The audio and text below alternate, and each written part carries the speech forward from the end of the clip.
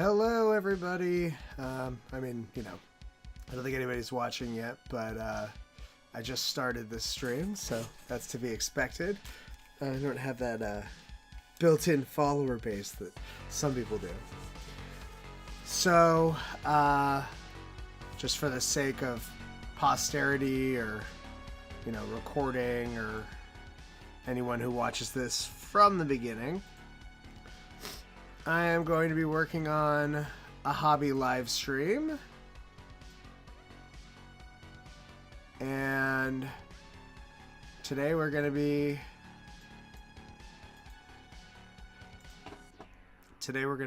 working on the marketplace tiles. As you can see, I've got some of my earlier tile builds right here, just kind of to compare against and integrate with.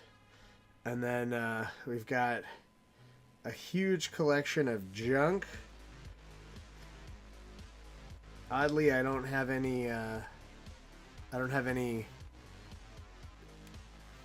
plastic card lying around, so this build is going to be relying on cardboard, foam, and bits in order to be successful.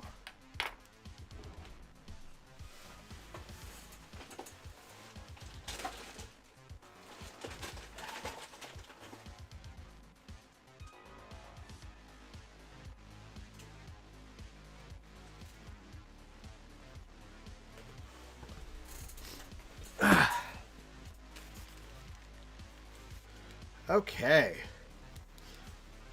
So,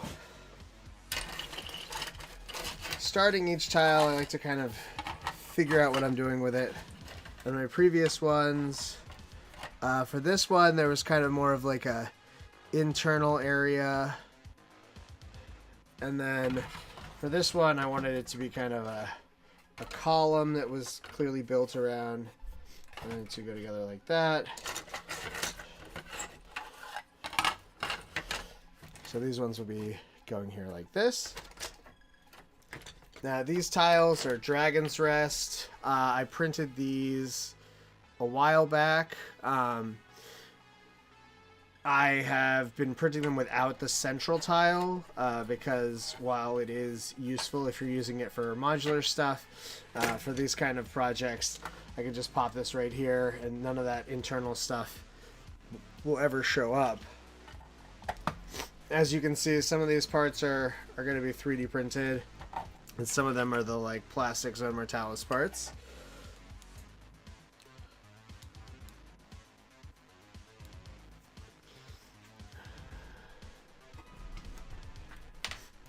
All right, let's get cracking. So I think for this one, building off of the standard that I kind of was already. The lighting here is not ideal. It helps a little bit, but if I was to move that there, that would help a lot more. Okay. All right, so this is an easy start. I'm gonna pop some glue. Hello, viewers, and just so you guys know, if you have any thoughts, questions, comments, pop them in the chat. I will see them. There's a pretty substantial delay from what kind of you guys are seeing and what I'm seeing, so it may take me a little bit to actually I didn't think about how that would affect my picture, of course. All right, that's better. Less of an issue. Good evening, Meandering Shade. Obviously, you probably typed this a couple minutes ago for you, but everything gets on a delay. So, happy to have you here. So, yeah, I'm just kind of looking at what I can do with this kit in order to, get a good basis for where our stalls are going to go.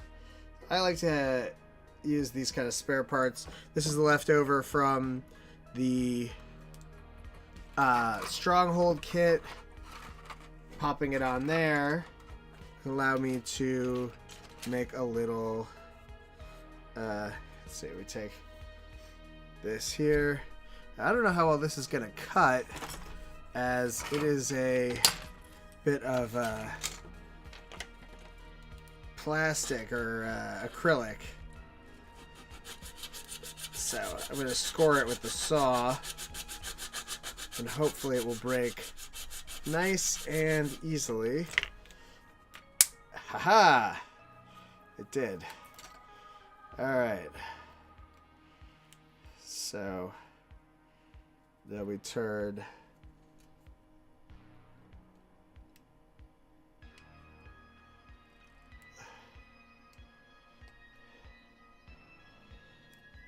this here.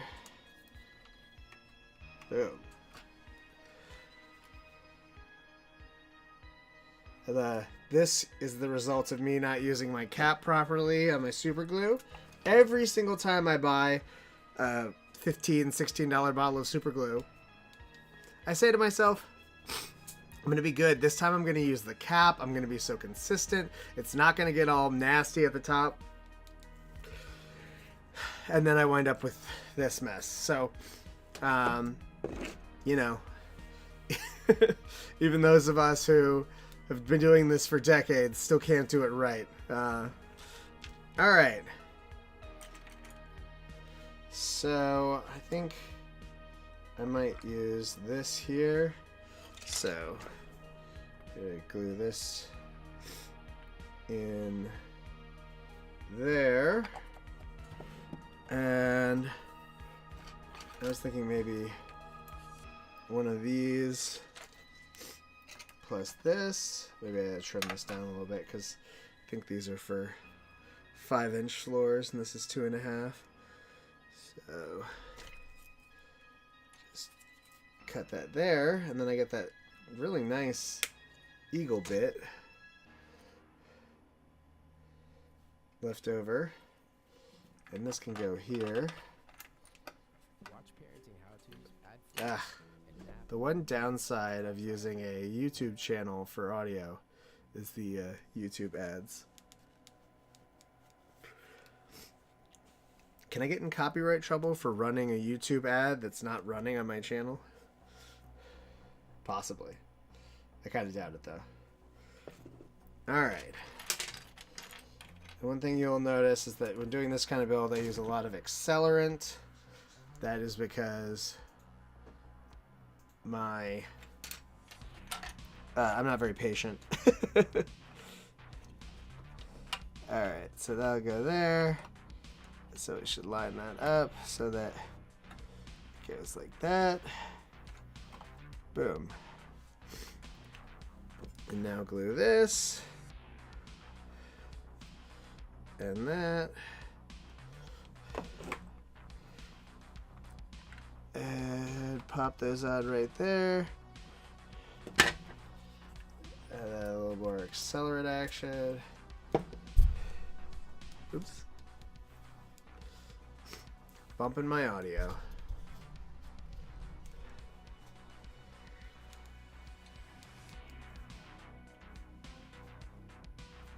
I think super glue bottles are like made to be destroyed. Part of me kind of wants to always just stick to the smaller tubes because, you know, you use it once and you're done, you just throw it out.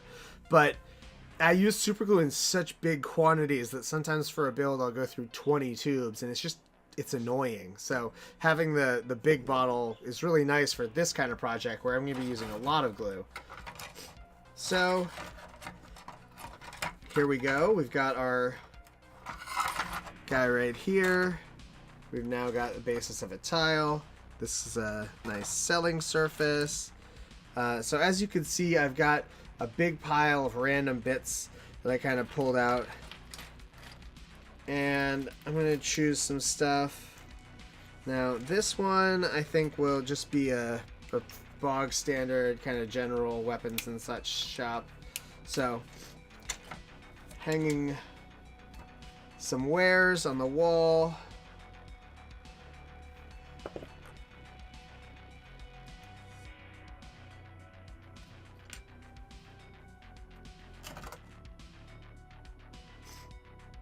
Interesting.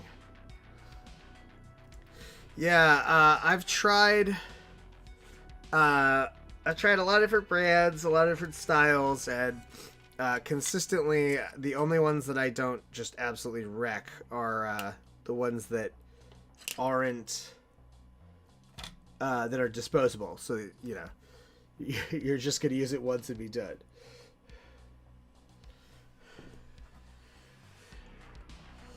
So there we go. That gives us a nice little start. Now this shop sells more than just guns, so putting a little gear here. It's an example of some of the non-weapon things that they sell.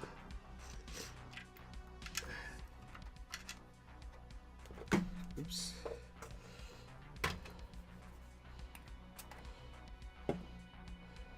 Boom.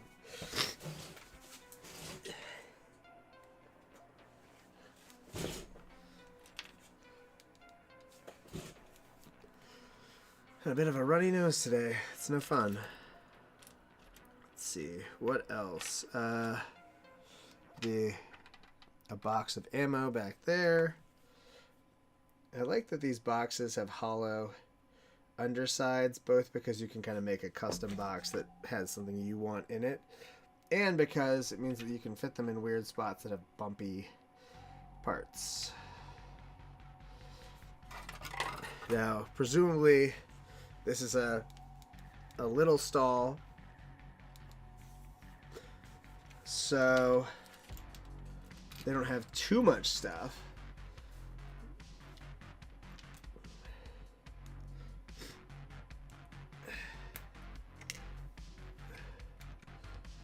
Prop this up here.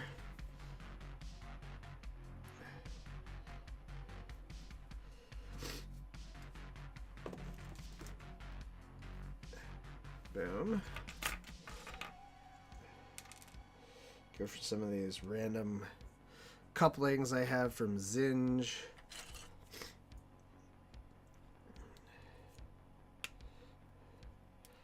Probably should have done this build a few days ago, as I'm planning on using these tonight, so I'm going to be doing a bit of a painting marathon this afternoon. And by painting marathon, I mean I'm going to paint them as roughly as possible.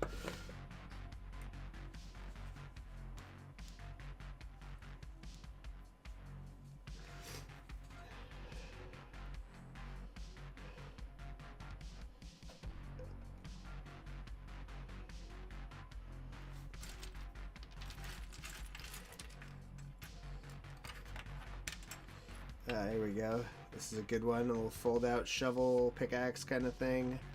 Also from Zinj. Gotta say, anytime I buy resin cast stuff, I'm like regretting buying resin cast stuff because of how kind of annoying it can be. Always with the flash.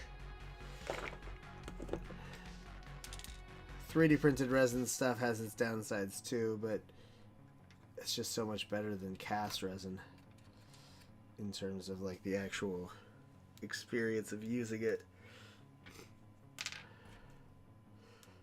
All right. Pop that right there.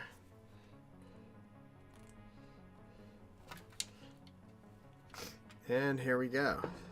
So, I'm going to be using some plastic hard rods.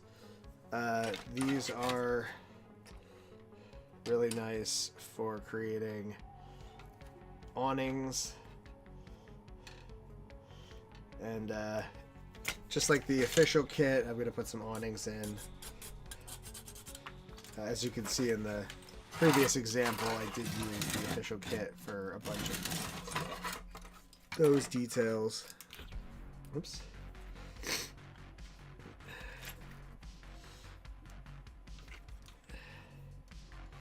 So,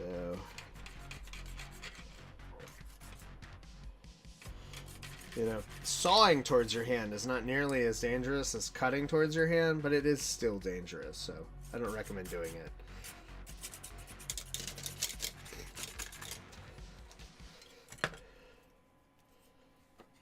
All right. So,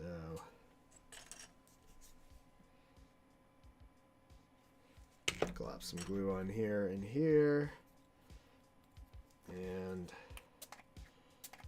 do that, and that.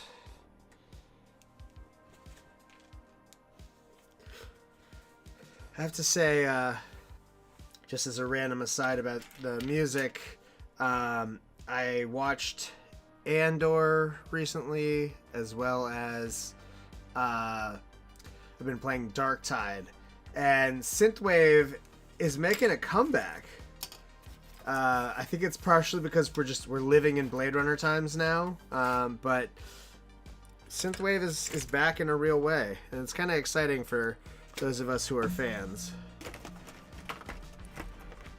I've always wanted more methodical, synthesizer-based ambient music in my life. Alright, so this is a baby wipe. Something I have a bunch of leftover from my kids being potty training or whatever. They're both potty trained now, but I saved a bunch of dried wipes. And the reason is they make fantastic drop cloths and various other things for scale modeling. So, you can even kind of, because they are actually cloth, in most cases they're made from cotton, you can kind of fray the edges, and it will give you that authentic kind of look, because it's actually a cloth with frayed edges. So of course it looks right.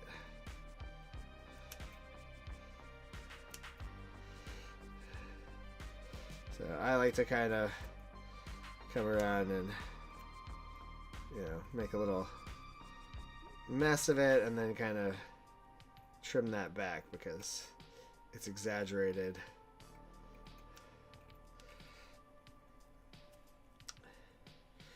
Admittedly not the most interesting part of this build, but I consider it to be important to get the look that I want.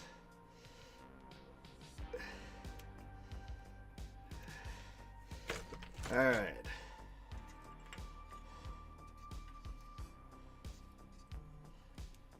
I think I could even trim this back a little bit more.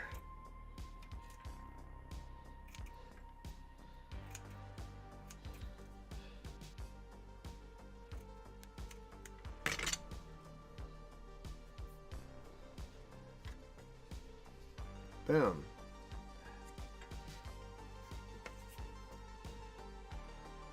And because this is a cloth, super glue will bond extremely quickly. It's just how it goes. That's why you should always be careful with super glue around your clothing.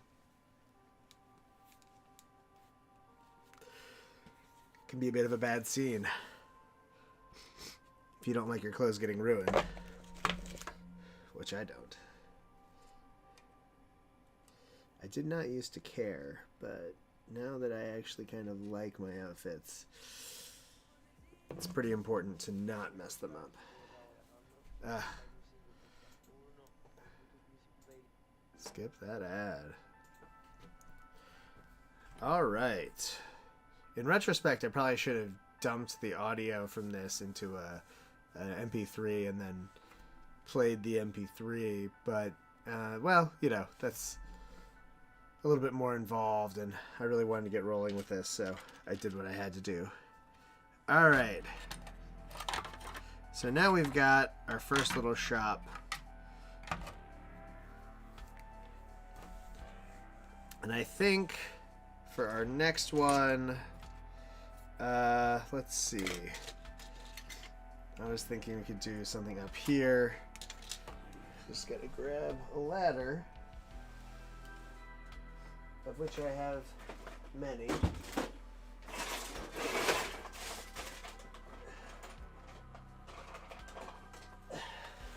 But we use one of the official GW ones. Which side to do?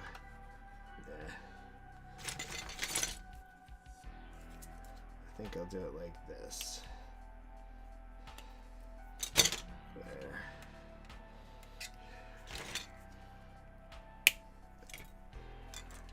Just like that.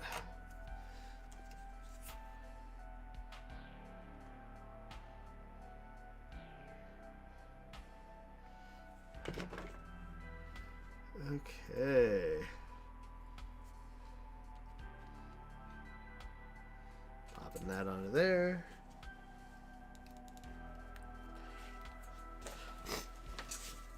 And now they're going to make a little canopy over here.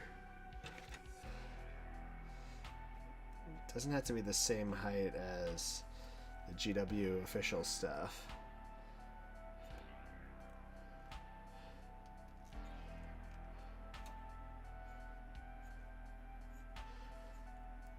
Yeah, paper works well. I've also used, let's see, I've used gauze for like making the kind of ghillie suit camo kind of stuff. I find that works pretty well.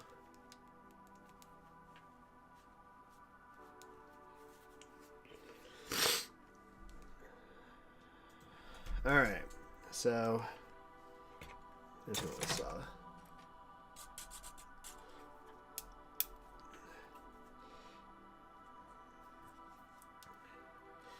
Use the first one as a jig.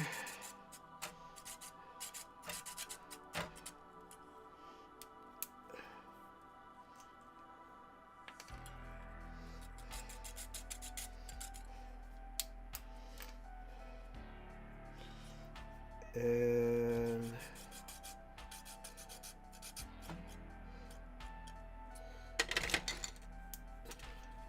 all right.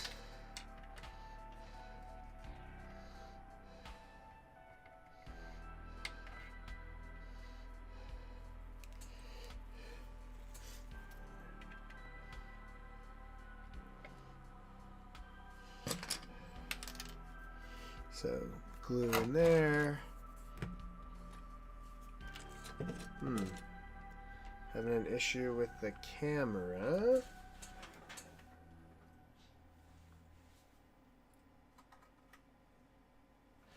There we go.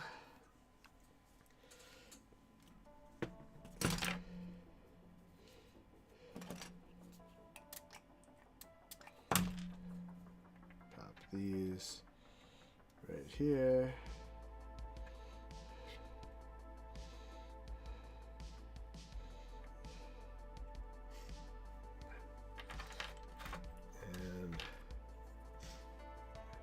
Put one of these like right here.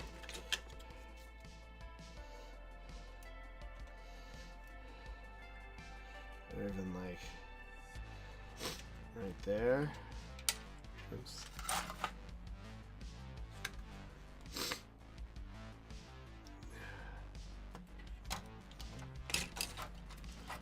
That's not good. That one was supposed to be glued.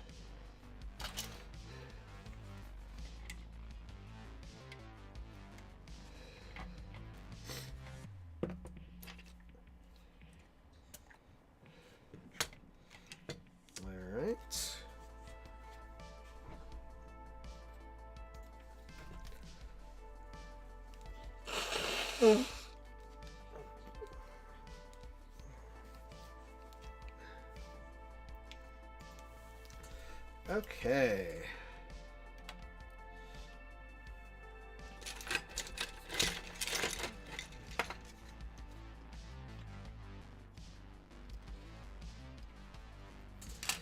Maybe I'll do a little angle action on this so that it can be the correct heights.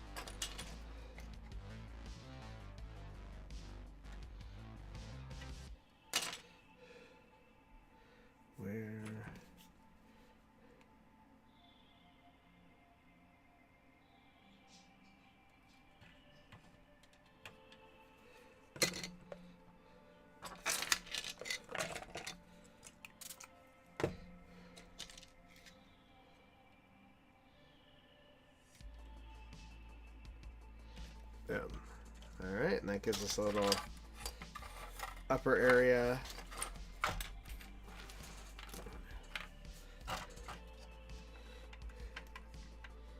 Perfect spot for a little thing here.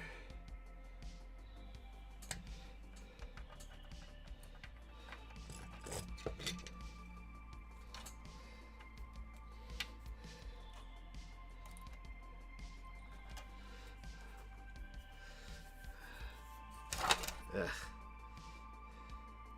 There's glue everywhere.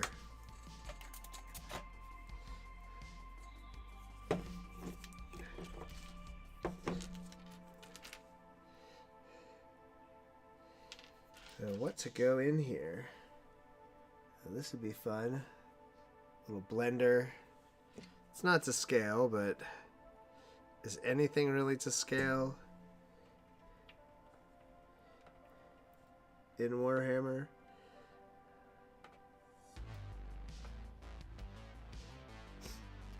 Well, Meandering Shade, I will be on for a few hours, so hopefully you can make it.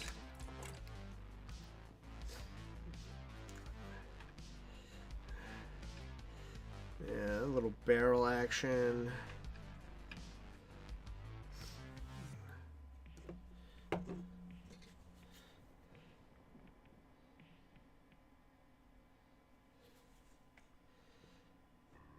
There.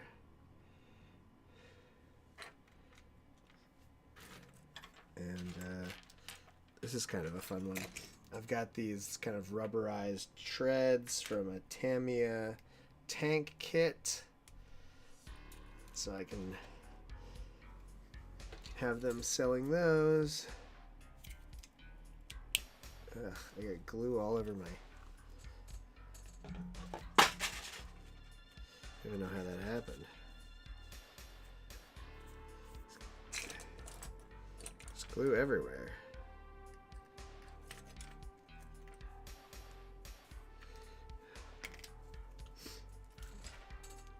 So I can hang them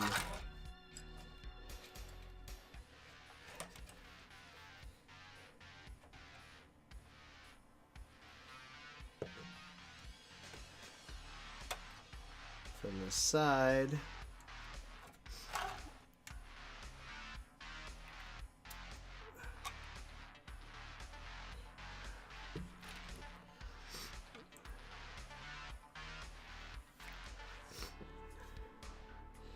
Another 3D printed barrel right there. The first one's a plastic barrel kit that I ordered on, I think, Amazon.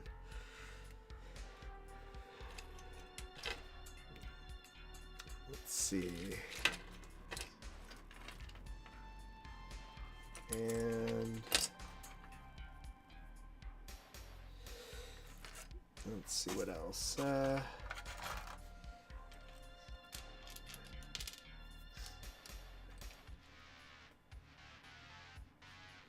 Maybe some kind of counter. I like to hold on to lots of old parts, so like this is some plastic hard offcut that I used at one point. You can make a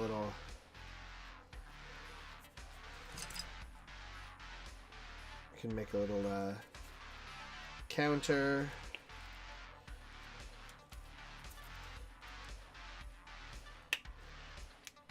Where presumably one does shady business. Right there.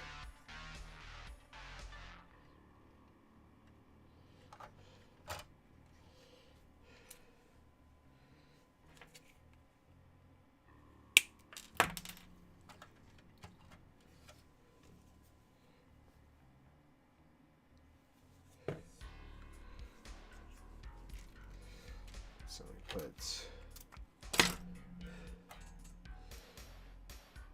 that right there. Oops. I'll give it another second for the glue to cure. And then we can kind of find the height that works for this.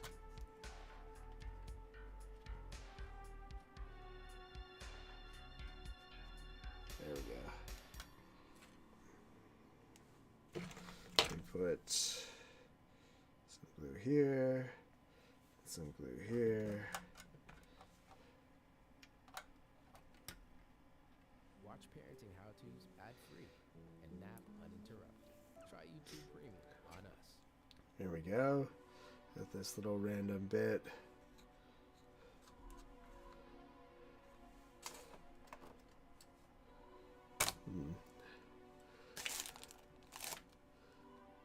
Focus doesn't want to focus on it.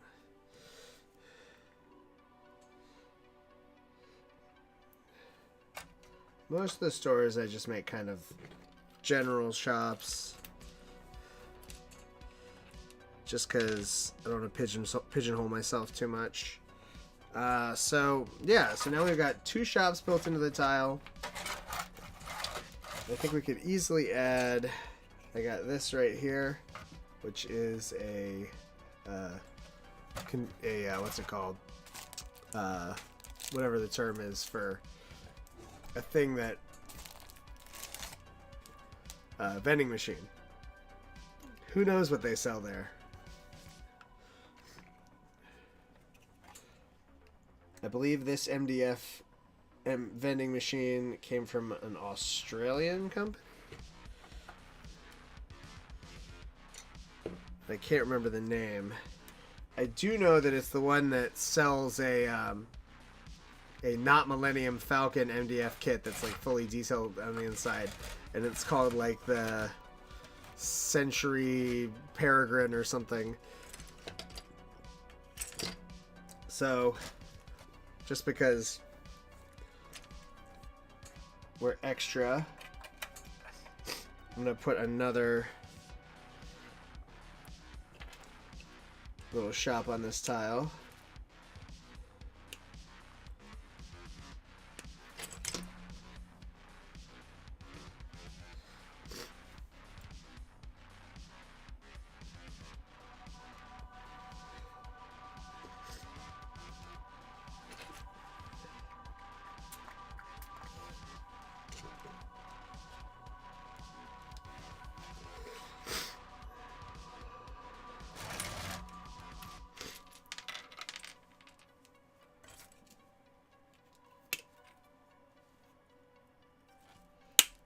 Alright.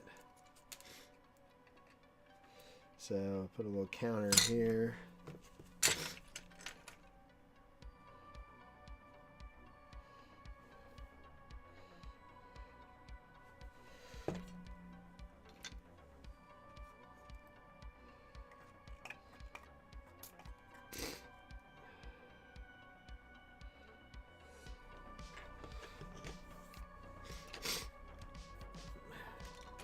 Use one of these smaller rods. I think this one's a little better for it.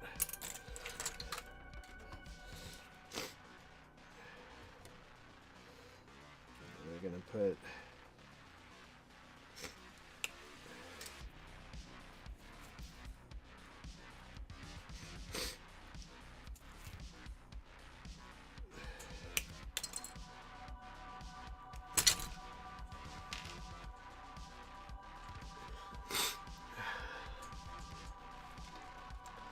put those there.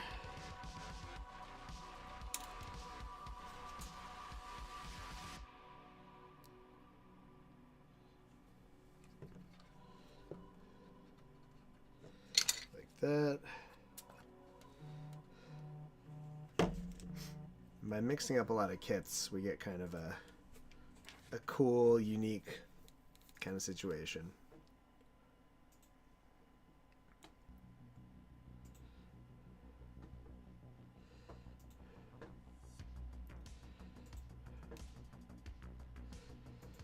That's good to hear, Meandering Shade.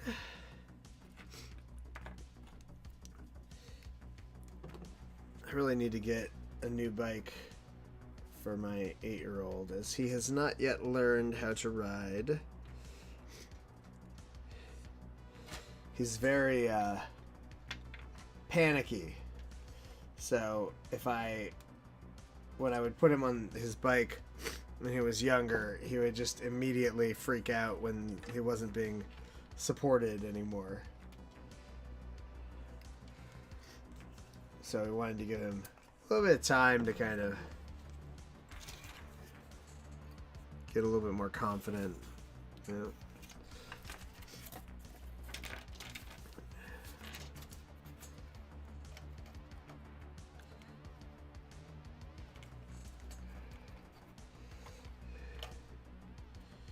Okay, so just for securing the contact point here, I'm going to glue another piece of pipe right here, and then get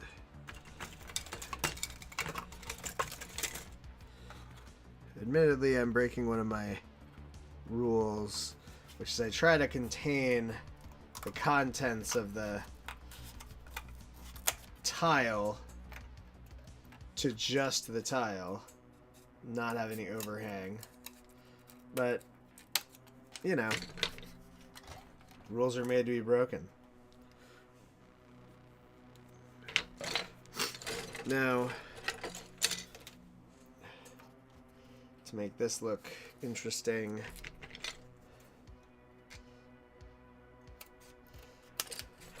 I'm going to use some of my needlepoint mesh that I always have lying around. Now, I could have done corrugated material, and I will later. I'm just going for a variety of materials for this particular build. And now on the underside,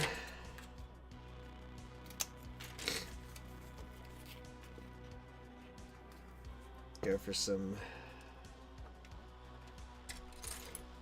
scraps. Actually, this is a good opportunity.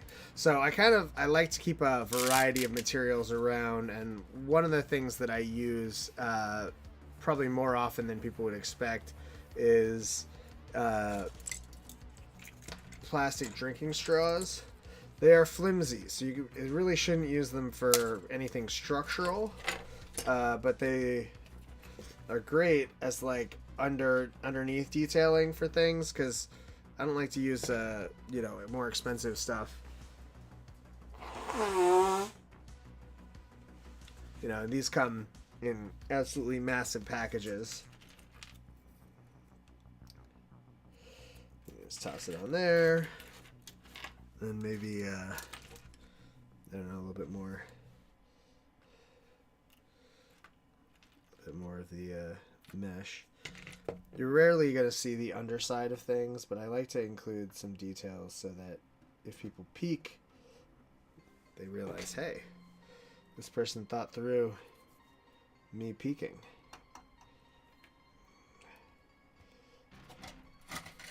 And boom.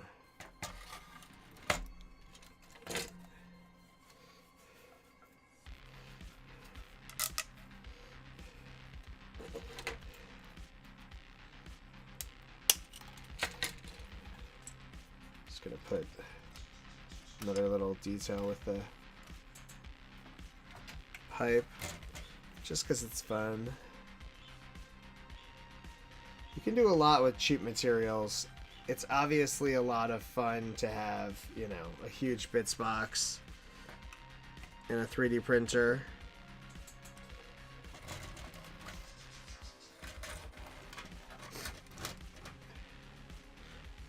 Yeah, a lot of the needlepoint meshes are made out of a plastic that does not take paint very well.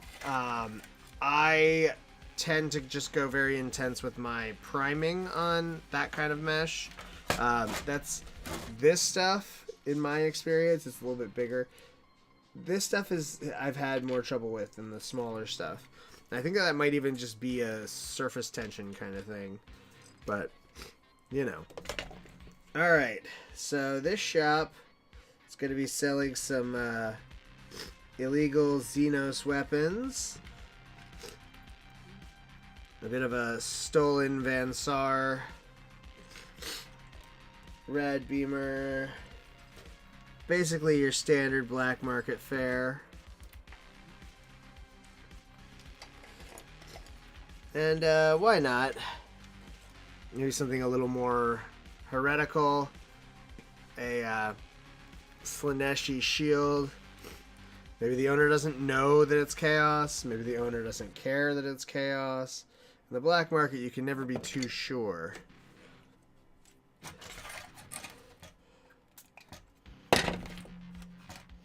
So we're just going to pop that on there.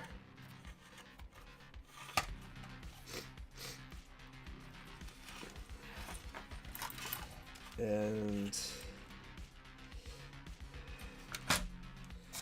throw on this bolt gun for good measure.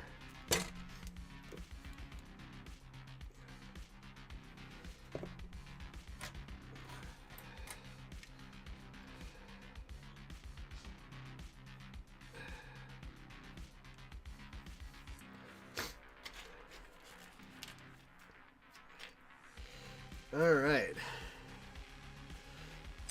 And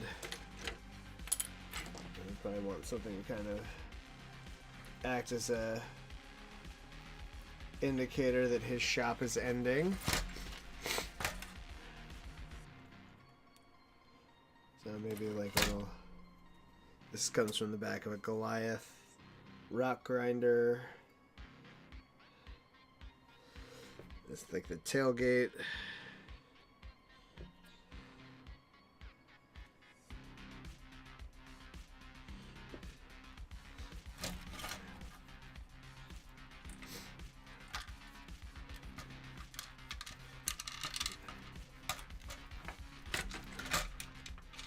This missile launcher bit is incomplete, but it's the kind of thing that doesn't really get noticed when you prop it up against a wall in a shop versus trying to actually use it. Hi, Robin! Welcome to the live stream. Alright. And so... let's see...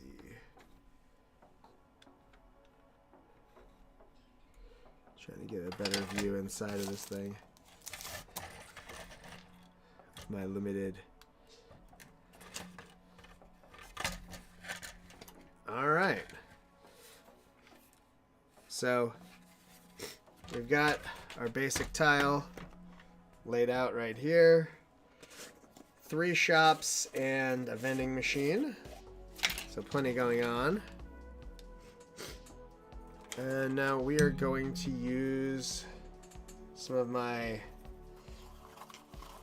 basing goop to fill in some details here, because the set of these tiles that I've been working on, as you can kind of see from the ones that I've already made, I do a lot of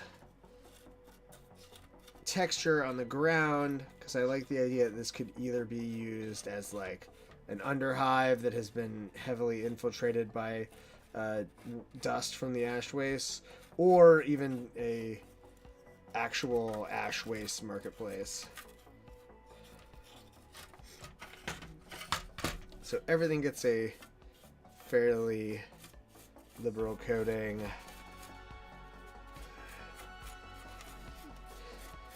Yeah, I've got a marketplace mission planned as our downtime mission tonight.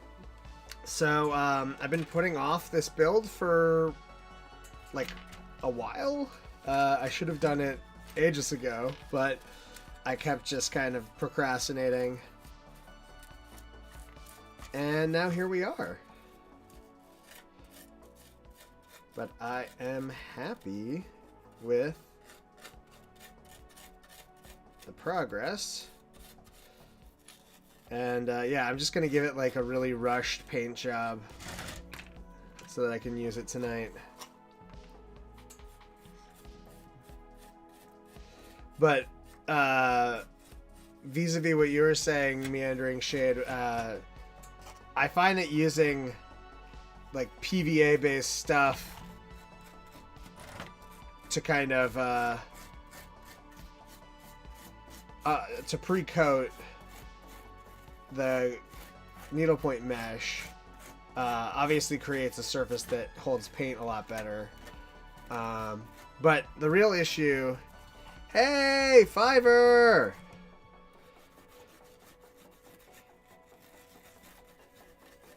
But the biggest issue with the needlepoint mesh is that it's a flexible plastic, and it's more flexible than the acrylic in your paint. So if you can get it secured, it should hold paint pretty well. But obviously it varies based off of the manufacturer and the material, and like you were saying, release agents and whatnot.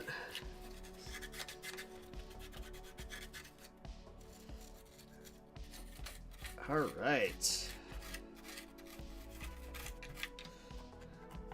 Slowly but surely.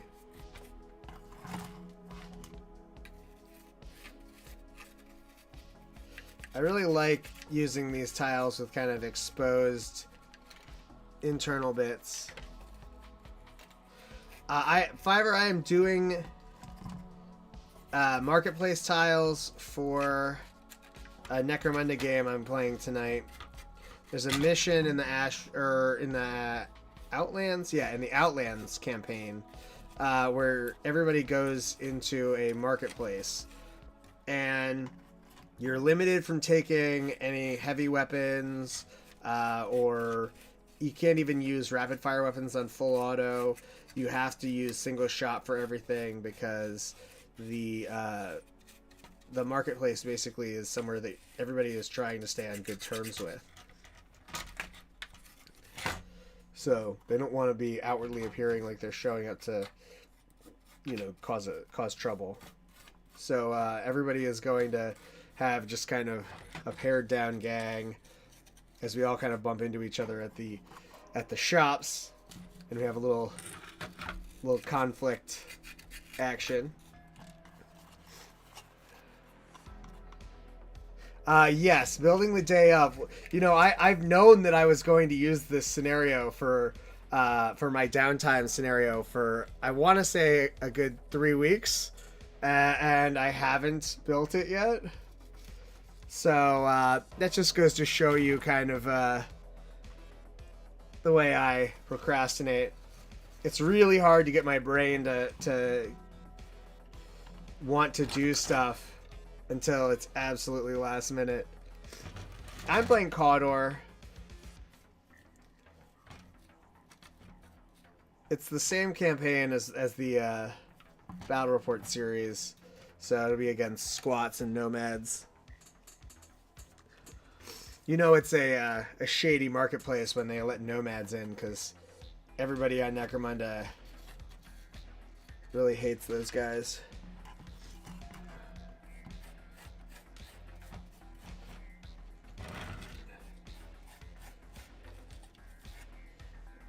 Alright. The first tile's almost done. And it's going to need to dry for a few hours before I can paint it. I'm going to be speed painting these with my airbrush. It's going to be a fast job. I'm not going to be going for quality, that's for sure. I'm always rooting for the nomads, honestly, because my friend David, he always kind of feels like he's not the best player, but he's currently got the best record in the campaign. So despite being the underdog, he has shown up and brought it every game that he has had the opportunity to. He doesn't back down or get discouraged or whatever. He kicked my ass last game. I haven't posted that battle report yet, but I'm gonna be editing it this coming week, along with doing a lore video. And oh my god, I mean, he absolutely shithoused me. I should have bottled turn 1. It is an outdoor marketplace. We're gonna roll up weather effects during the game, so we'll figure out what kind of stuff. It might be blinding rays. I haven't played blinding rays in a place with lots of above top cover, because the blinding rays specifically specifies that if you're out of the sun, then you get the you're not affected by the flash check or whatever. That's the thing about skirmish games, is it's a lot easier to kind of get yourself into them than it is to actually start playing, in my experience. But I definitely, obviously I can't recommend Necromunda enough. I'm obsessed with it. Let's see. All right, so that one's gonna dry.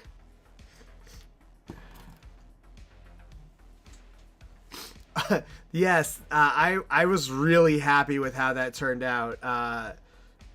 It's hard to know kind of how those missions are going to go. The last race mission, the Nomads player just got absolutely owned. And it's not even really fair because the Nomads don't have vehicles. But it's always great when, the mission is close. That's always the most exciting for the battle report or whatever. All right, so for this one, I'm going to go for a slightly different setup, not using the Zone Mortalis parts. In fact, this is actually it's a part from one of my favorite 3D printing designers, Warlayer, but I scaled it up a bunch. I am definitely eventually going to make it to Adepticon. It's one of those things where I really wanted to go kind of before I had kids, and then it just never worked out financially because I was in grad school and stuff. And then ever since I've had kids, any kind of travel like that has just been out the window. But they're getting to an age where I can actually consider like leaving for an extended period. So hopefully one of these years, maybe 2024, I'll be able to make it out.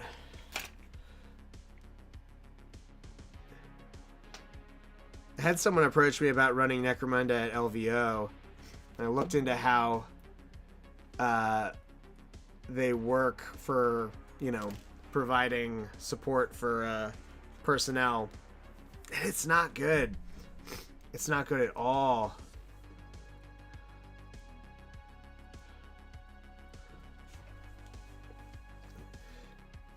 Yeah, I will say that for Necromunda, like, if you don't have kind of that intense terrain coverage, it could definitely affect the game. So it can be a little bit of a barrier to getting started. Obviously, like the Into the Dark, whatever, kill team terrain is a great starting point. I think the Arcs of Omen, like, ship with the 2 boards is coming out soon. So we don't know what the price of that's going to be, but knowing GW, it'll be something idiotic. But, you know, we make do. Yeah, I do the Nova Open Necromunda event, and I actually am working on my primer for that right now, because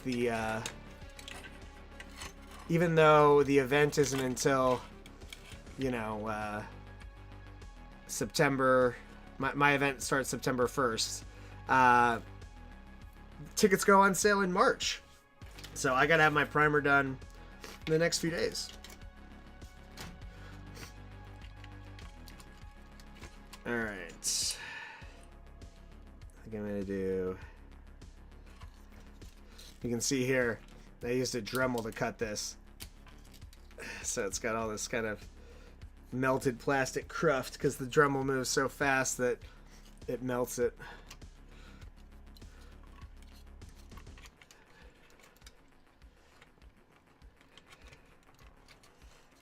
And yeah, Nova is well worth the trip out.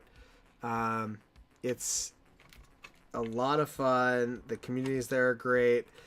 And I've noticed, just based off of the anger that some of the chuds that have gone in the past have exhibited, that they seem to be aware that they're not the majority, and that most people are groovy in the Baltimore, Washington area. And so yeah, there was a dude who was very bitter about that, who was in the painting competition and complained a bunch.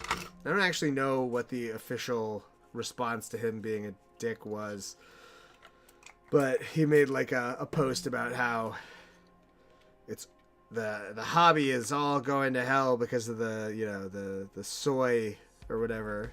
And he got a ton of shit. Thank you.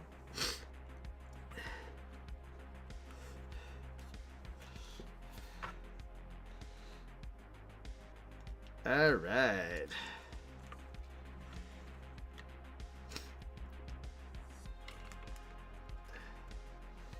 Boom. So off to a good start, I think. Let me get that kind of exactly where I want it, and then glue it down. Alright. Looking nice and thrown together the way I like.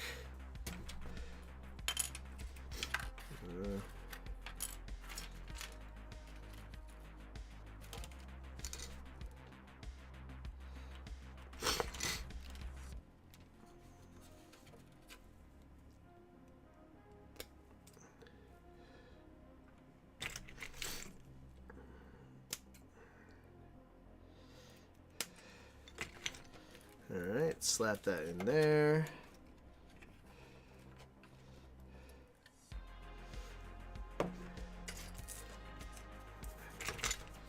And then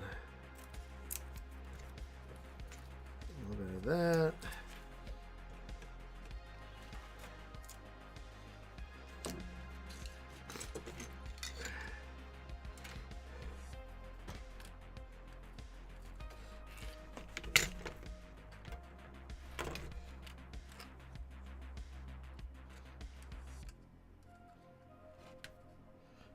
And there we go.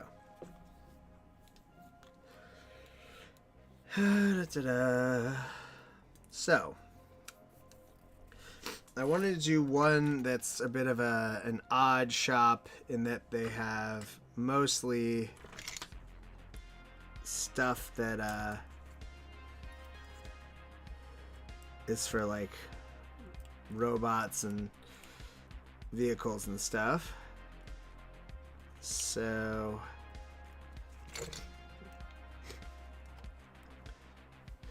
this is a 3D print of one of the original Rogue Trader era Dreadnought arms. I tried printing it on my FDM printer, but because of the combination of supports and kind of the relatively low detail nature of it, it just wound up looking very kind of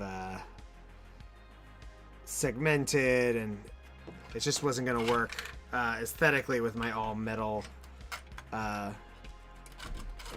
gang or army, my Rogue Trader army, even though most of it's not from the Rogue Trader era. It's all Rogue Trader style. So I'm going to have to print that in a more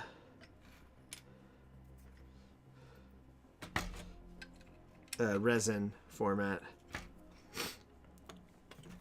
Alright. There we go. Just kind of pop on some various bits.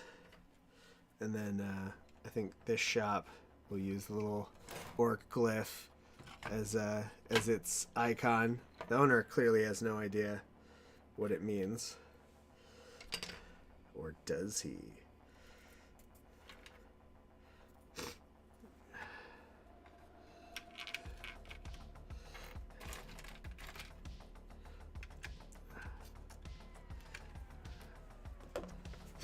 This barrier comes from the Stronghold kit. The Stronghold kit is definitely one of my favorites. It's just such a awesome source for bits.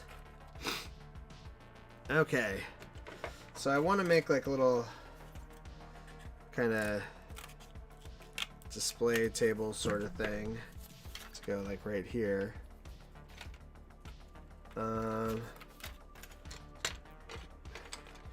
Maybe I'll put those two things down as kind of a way to hold it.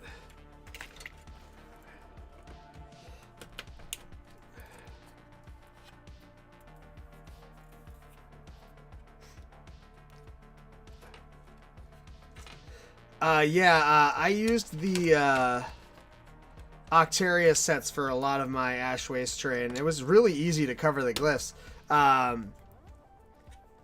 You know, the same baby wipe material that I use for awnings is a great way to just kind of, you drape it over stuff and it kind of makes everything fit together.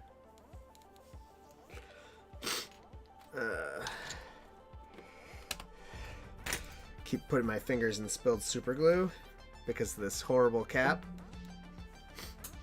It all goes back to my ADHD, you know? I'm constantly sabotaging myself.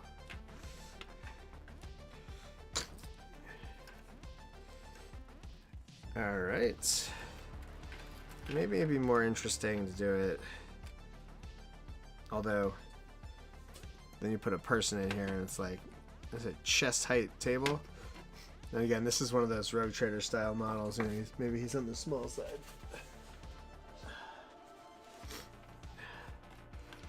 Yeah, okay.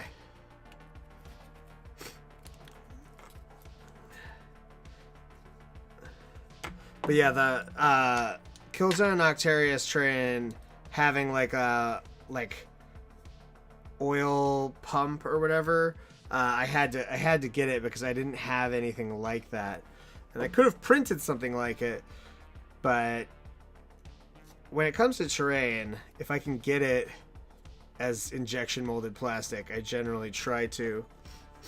The exception being when it just becomes financially unworkable.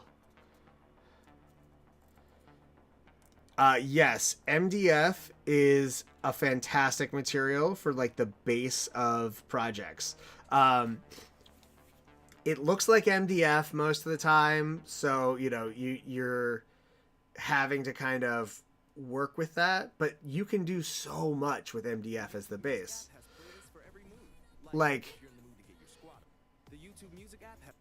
you can you know, put the needlepoint mesh and plastic hard bits and, you know, corrugated paper and all that stuff on the MDF terrain and get something that looks so good. I'm going to do a bunch of videos on kind of how I do MDF terrain and how I use it, because I think it is a material that has more potential than some people realize. Let's see. This vehicle tie down kind of thing over here. And this, a 3D printed Castellan hand. It's another good robot kind of piece.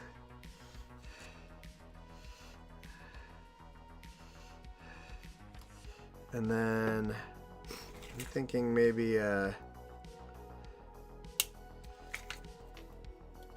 like right here in the corner, we're gonna have this dude, this little servitor dude that I printed, sitting on a barrel. The idea being that he can kind of help people with various needs at the shop while the owner's not around.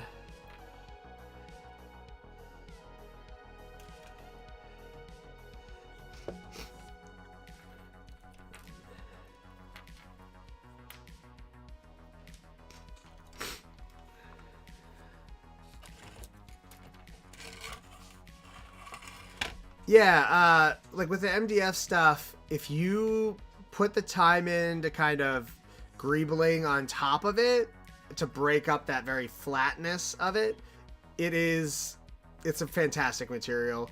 You can do amazing things with it. Let's see. I'm getting distracted.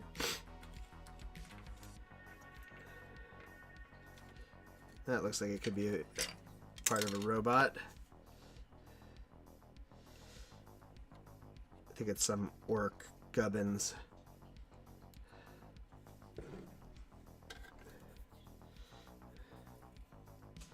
Alright. So I'm gonna put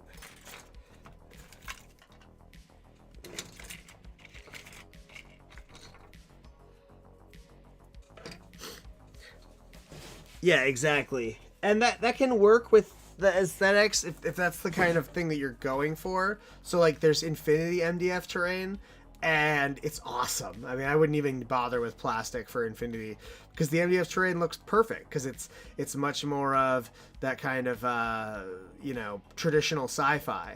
But when you're in that kind of 40K milieu, The MDF can be a bit too clean. I will say, I was recently looking at Prometheum Forge has a shanty building that is like a good centerpiece for like a hive settlement, and it looks really cool.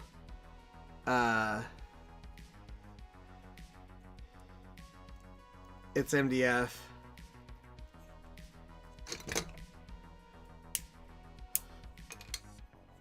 But yeah, it's a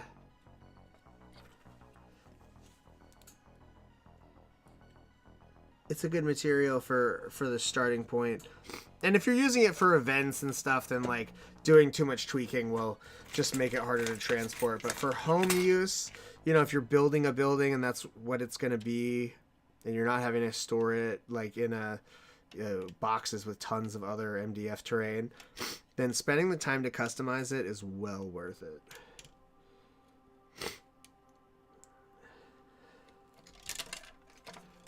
Okay, so I think do it like this. I will say one of my favorite MDF manufacturers is one that I've never bought anything from, just because the aesthetic is like its own thing, and I would need to invest a ton of money into it. But if they ever wanted to become sponsors, I would gladly, or you know, provide some for for testing. I would gladly take some of their stuff. It's called Brutal Cities, and it's like brutalist style, you know, that kind of mid-century modern concrete where everything is very flat.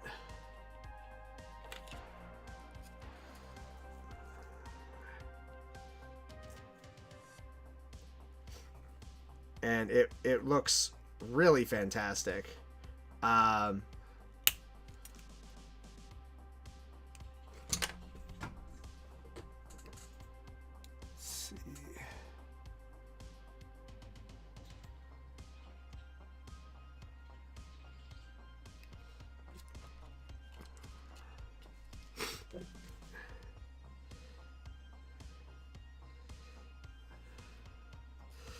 And one of the nice things about Necromunda is the very nature of kind of how the hives are built, is that everything is sort of cobbled together and rebuilt 1,000 times. So in theory, you could have, you know, brutalist architecture in the mix. So I could, in theory, find a use for it. It's mostly just that it's all big and I am very limited on space. That might change when I get my studio up and running. We shall see how much spare room I have in there. It'll depend on whether I'm sharing space with kind of item storage in the space that I'm using. Because right now it's being used to store mostly my and my wife's excess junk that doesn't fit into our house.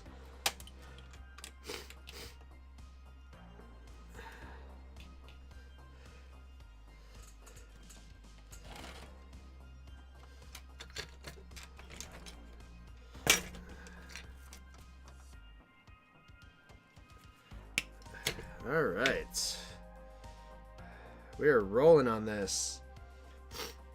Tile 2 is really coming together.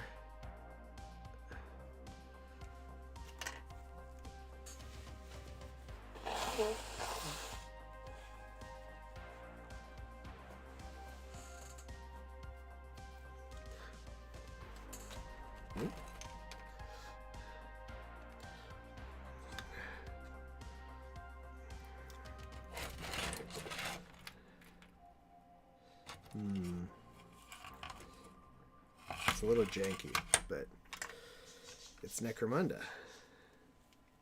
We live in the jank. We were born into it, molded by it. By the time I saw something properly designed, I was already a woman.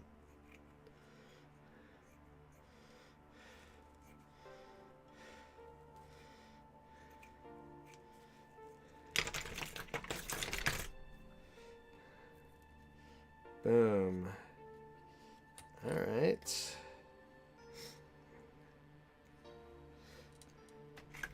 I'm sure that these cloth canopies don't do jack shit against ash waste storms, but you know, it's all relative.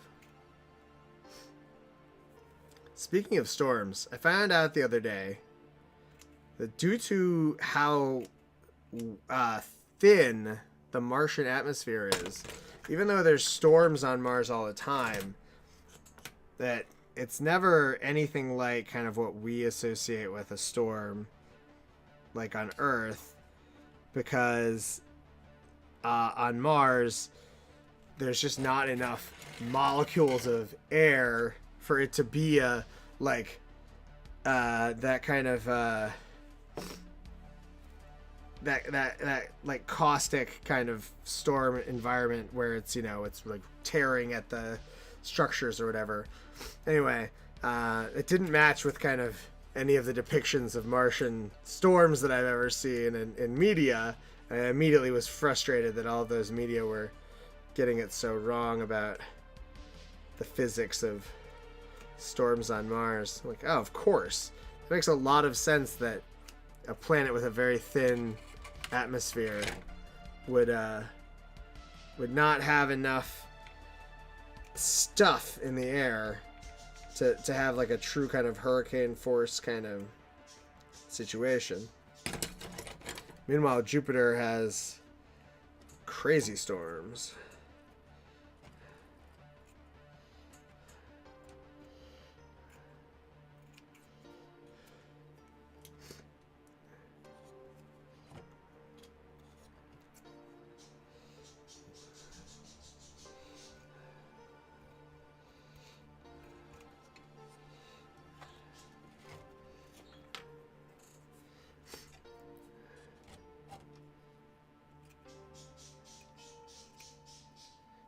All right.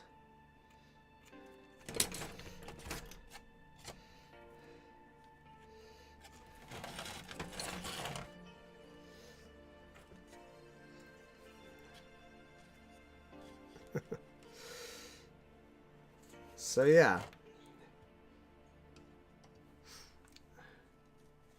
That's how we get a nice looking canopy. Giving it this little like kind of private shop feel.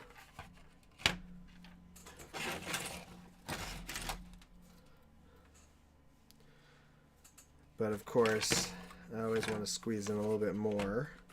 So wanna hear unheard songs from the favorite artists you thought you knew?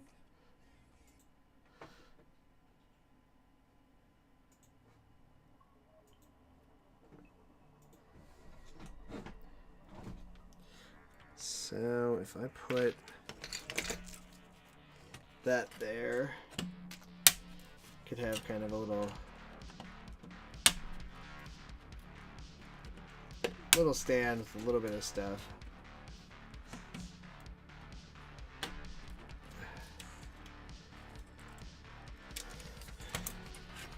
Yeah, what could go wrong?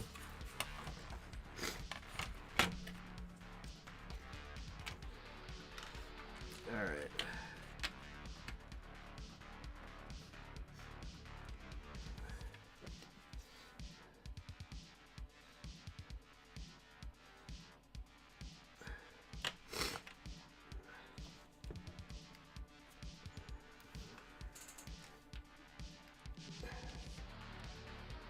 Another missile launcher that's missing its front tube.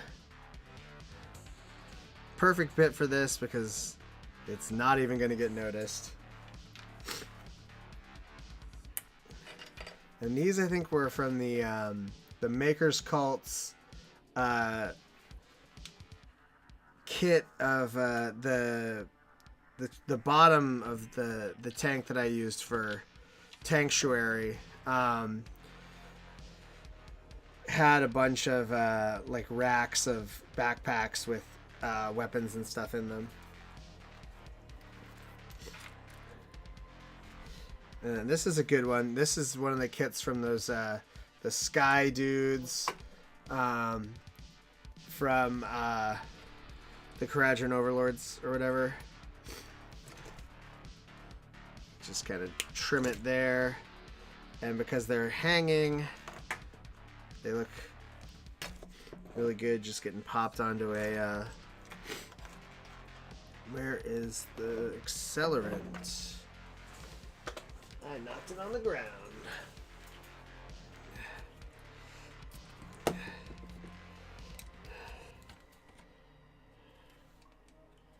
Boom. It's like, here, want to buy some mines?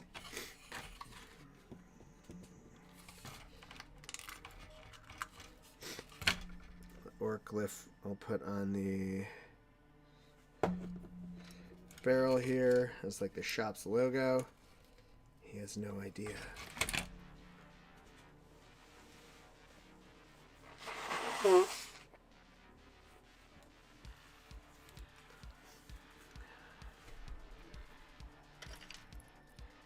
All right.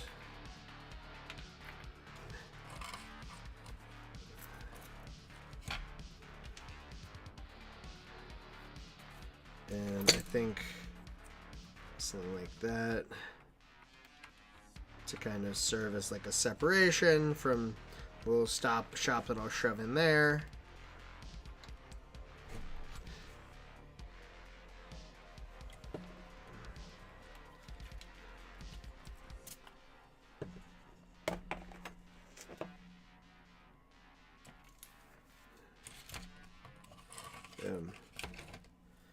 And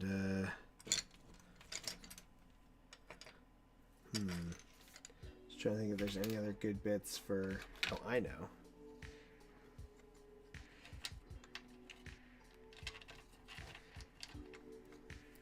Sentinel leg.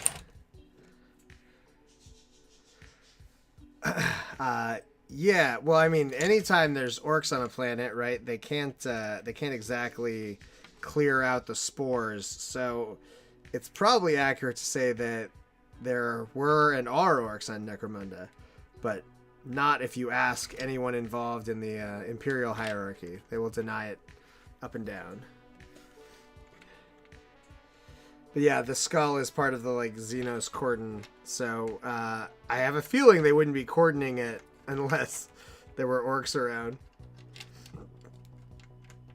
Alright.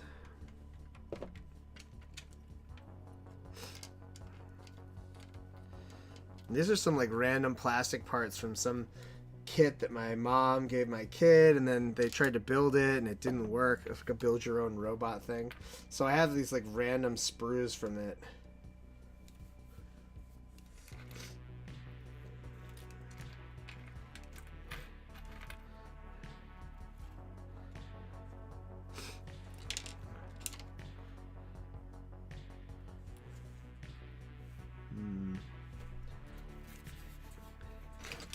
I don't know why, but I'm just trying to add just a little bit of extra detail. It feels unnecessary, but my brain is telling me I need more stuff in there.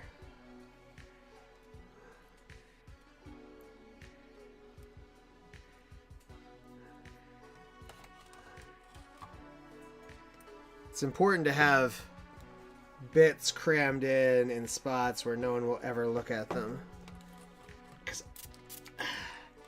If I learned anything from George Lucas, it's that the key to having realistic amounts of detail is to have more detail than the eye can actually see.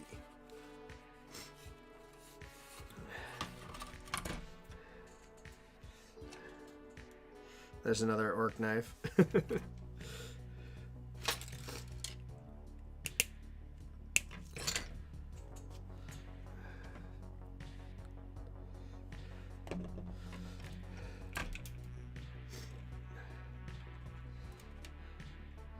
Alright, so overall, happy with how this build is going. Video-wise, I definitely need to figure out a better lighting situation.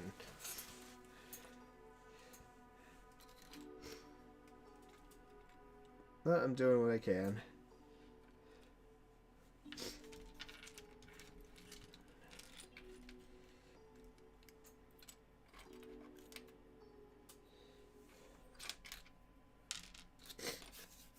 Seeing if there's anything else that would be nice to kind of plop on top here. So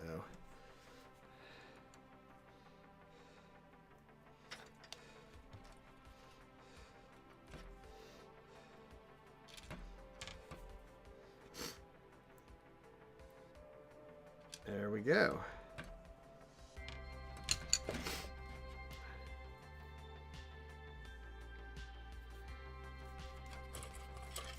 We got a little cellar there in that little corner who's doing his own thing. Yeah, exactly.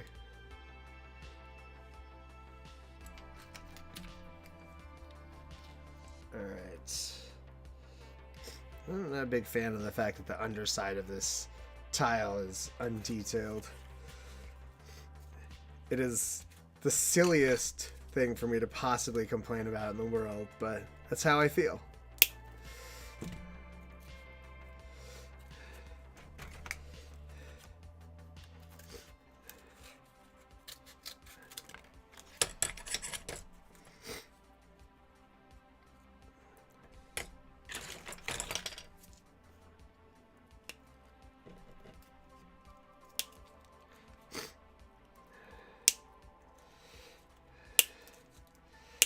So my fix is to secure some cardboard to the underside so that it doesn't look like it is a piece of injection molded plastic.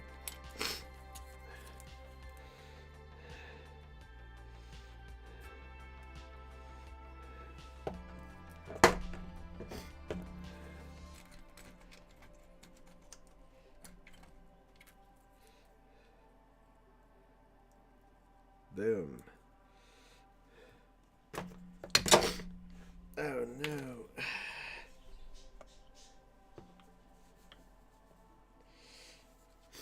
I knocked over my glue. Thankfully, it did not immediately start spilling on my clothing. You have to be mindful of it.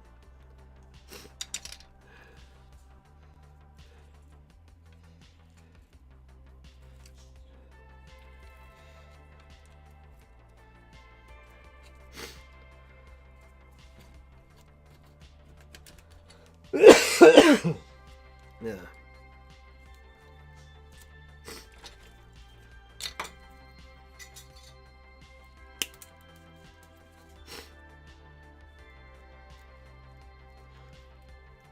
That's to say, whoever recommended White Bat to me, there was a couple people in October who mentioned it. I'm very happy with the quality of their royalty-free stream music.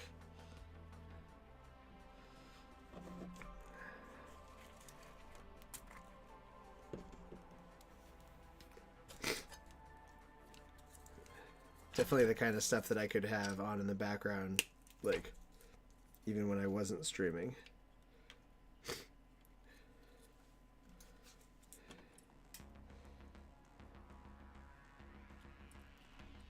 Oh no. Spilling a pot of shade is the worst because, like, those things are not cheap. So it's just like watching money just sink into whatever surface it lands on. God, that does not feel good.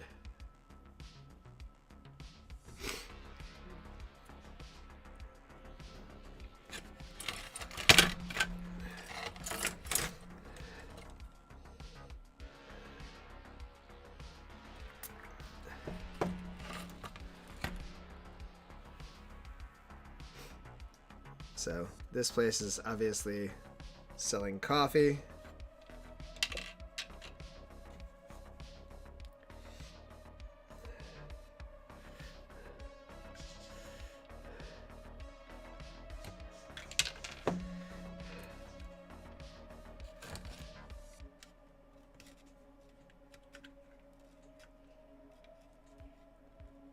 And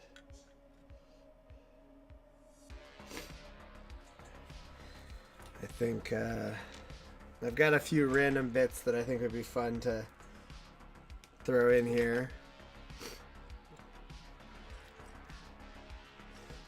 A bell and a horn.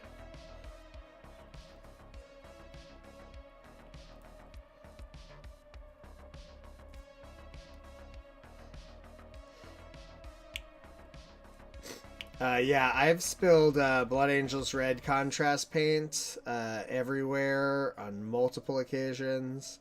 I go through a lot of it because I have several red armies, and every time I just absolutely get furious at myself for not decanting it into a dropper. I'll tell you what, my next step that I'm gonna do with my hobby supplies is I'm gonna move all of my contrast paints to monument bottles rather than to the cheap dropper bottles that I usually buy, because the monument bottles are higher capacity, and I'm gonna probably be purchasing a monument is coming out with like a mobile paint station thing that holds a bunch of their paints and like has like a paint surface and lights and stuff in the bag. Oh, in fact, I think that's getting revealed today. It might have already been.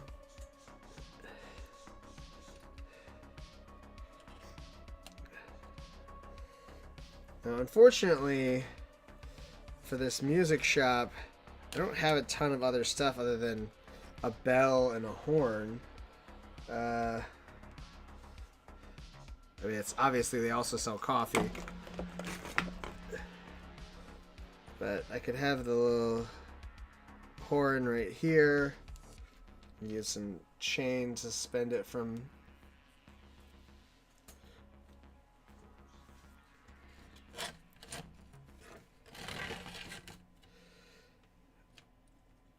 Yeah, if I can't sing the praise of the monument bottles high enough.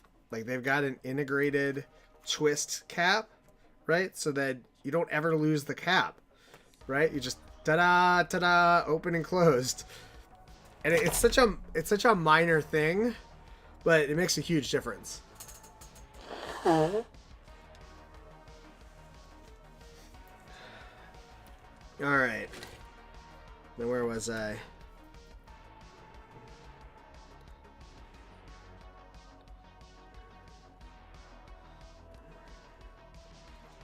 Put a little chain there, and then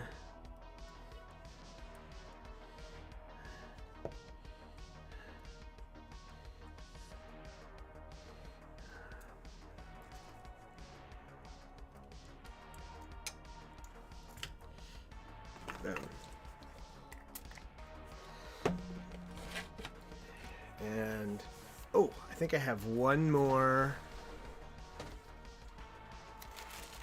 bit for musician that I'm forgetting about. I'm just gonna do a little trimming to use it properly.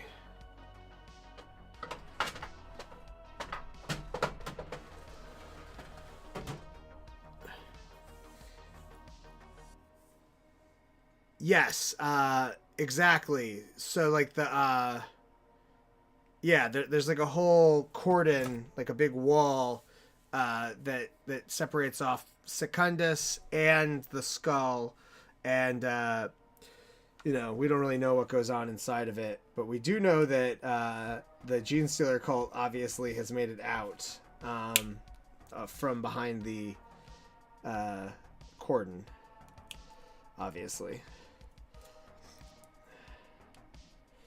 All right. So I did have another musical instrument lying around. A Chaos Marauder drum. That'll go right there.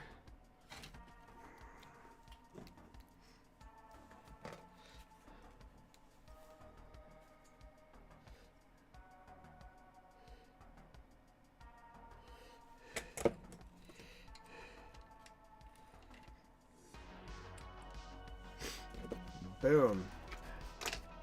All right.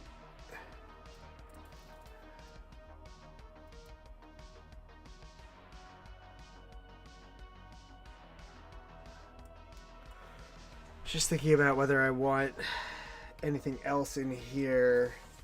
I think I'm not going to. I think I'm going to put a little shelf in the back.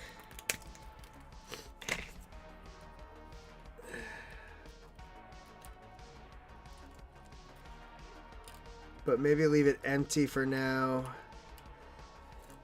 And then 3D print some like a guitar and a bass. Just so there's a variety of stuff in here.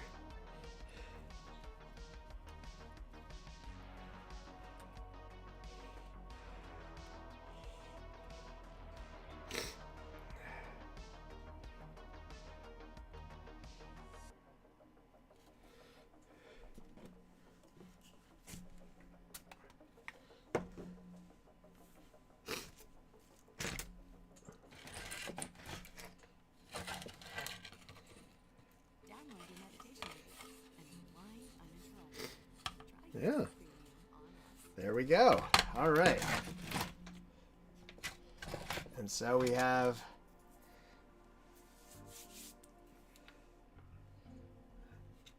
a few different styles of stall across these 4 tiles, giving us a pretty varied marketplace. It is explicitly mentioned in the Cold Trader party description that some Cold Traders are Xenos. So I think we pretty much have carte blanche to use, you know, whatever we want in game.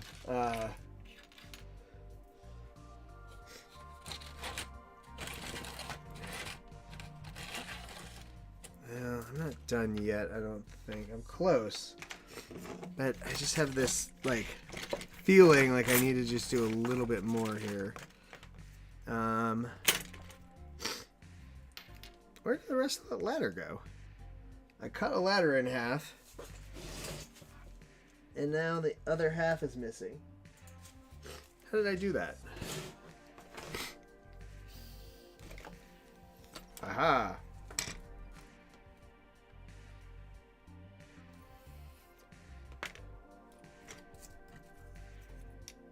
Alright, so to get the ladder the height I want. Thanks. I'm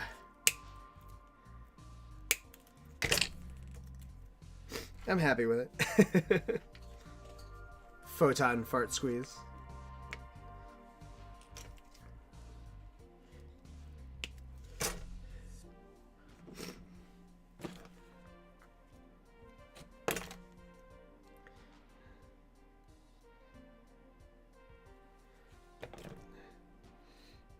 Okay.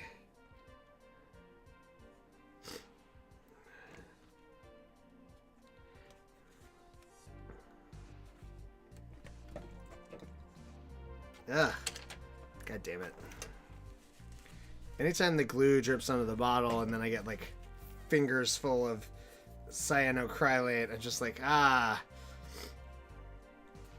I've committed one of the classic blunders. The most famous of which is never start a land war in Asia, but only slightly less important. Don't stick your fingers in super glue.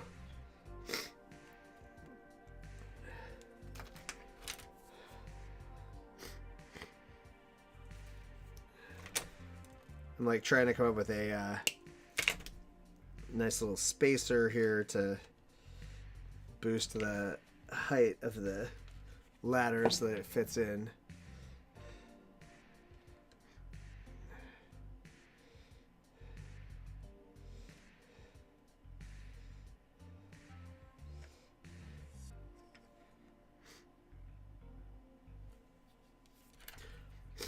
But yeah, in the previous editions of Necromunda, there were definitely rules for a single orc and a single, I think, Eldar Ranger.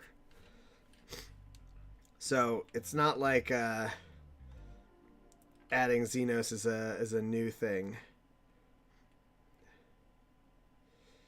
People get kind of weirdly squirrely about it at times. Like, you can't possibly put that in a Necromunda because Necromunda's about humans fighting humans. And it's like, well, Necromunda is about Necromunda.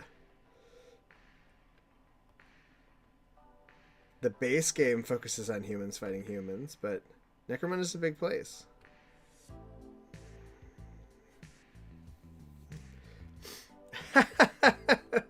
Yes. Coating your fingers with super glue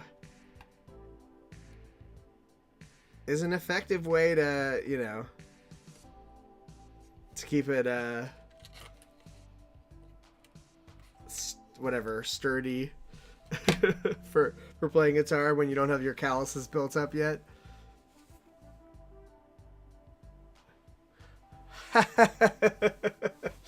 When, yes. So I have been a stay-at-home parent for the last 8 years. And so as a result, this is almost kind of like a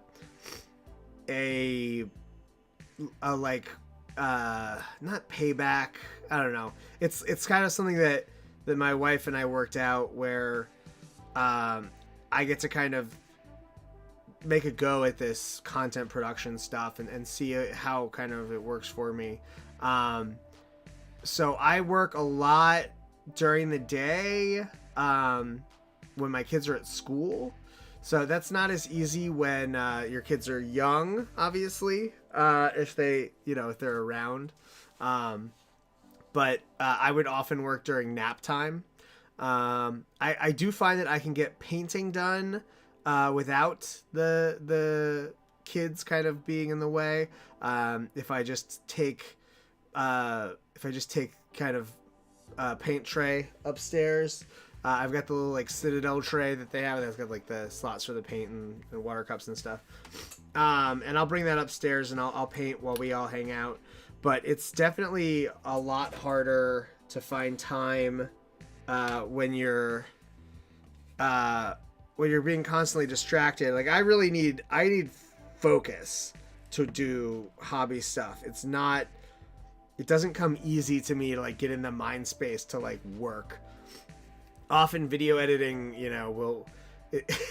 it's the kind of thing where I'm like, oh, it's only an hour of raw footage from this battle. Like, how long could it possibly take to edit this video?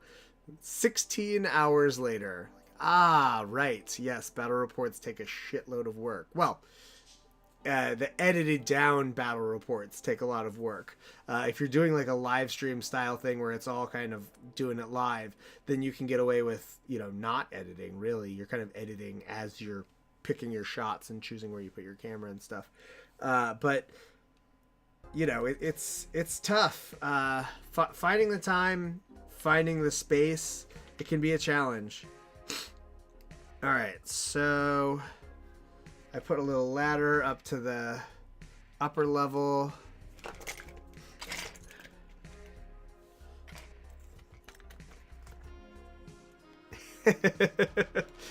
I do have a hard deadline. Yes. Friends don't let friends build terrain the day that it's gonna be played with. Thankfully the game's not till like 10 p.m.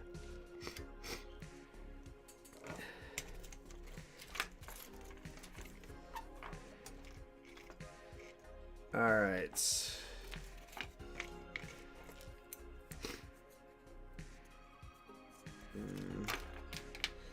I'm like at the last step of getting this done.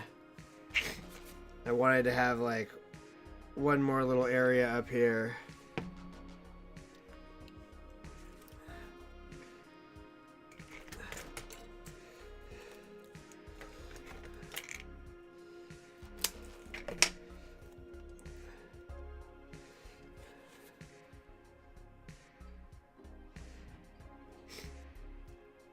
But I am in the home stretch, which means that I will get to have lunch.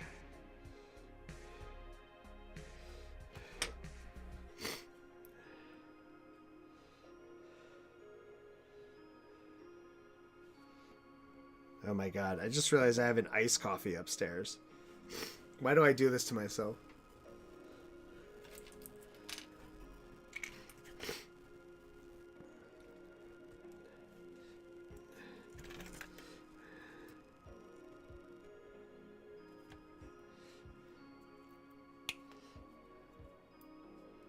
I guess it's not really iced coffee anymore when it's been sitting out for 4 hours.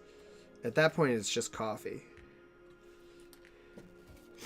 Lukewarm coffee.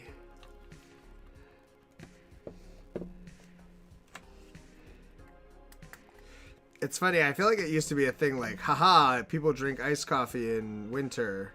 But now, iced coffee is so popular that it's not even like a meme anymore. It's just like, well, yeah, people drink iced coffee all the time because they like iced coffee.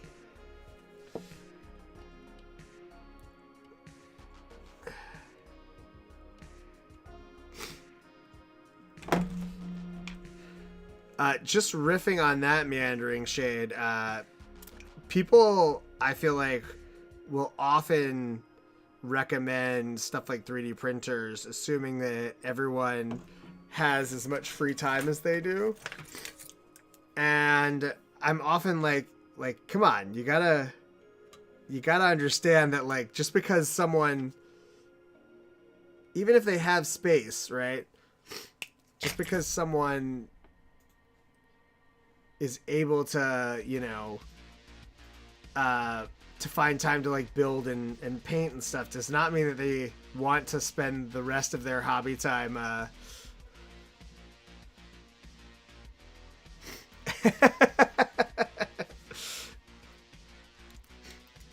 One thing I've learned from spending a lot of time chatting with people from the UK is that they really don't like the idea of microwaving tea.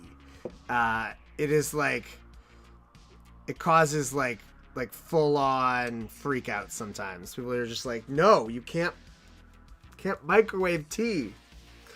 I'm like, oh, okay, I guess not. I mean, I microwave milk to make hot chocolate.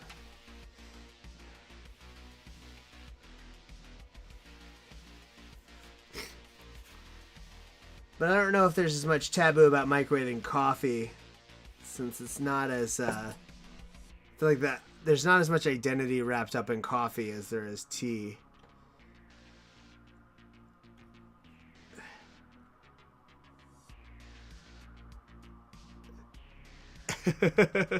Don't get me wrong, I've never microwaved tea before.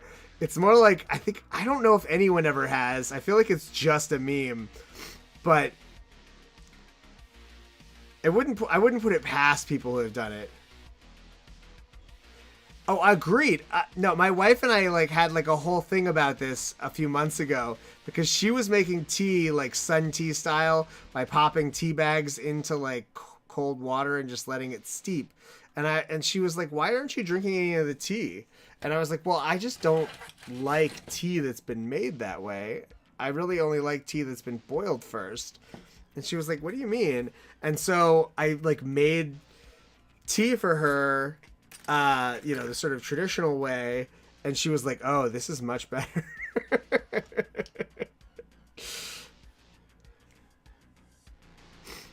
I do not put milk in tea, no, but I pretty much only drink green tea. If I was to have like a good black tea, I would definitely consider putting milk in it. But as a green tea drinker, it's too floral tasting to really enjoy with milk. It just kind of distracts from the flavor that I'm looking for.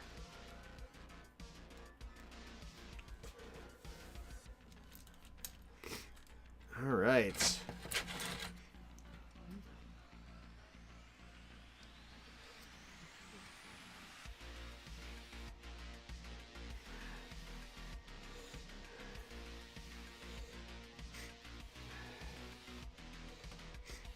Yeah.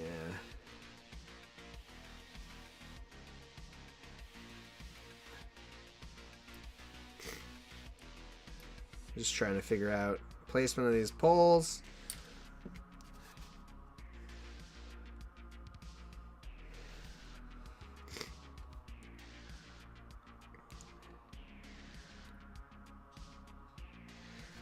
My kids are really into unsweetened tea, which has made me happy because, like, I really wasn't sure kind of what it was going to be like trying to get my kids to, like, eat food like human beings.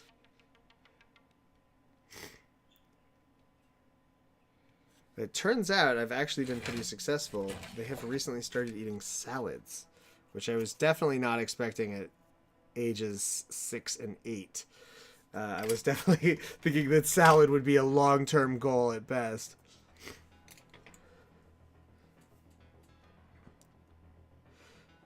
My son, one of his Christmas presents, because he likes tea so much, was a little insulated bottle that has like the strainer built into the top.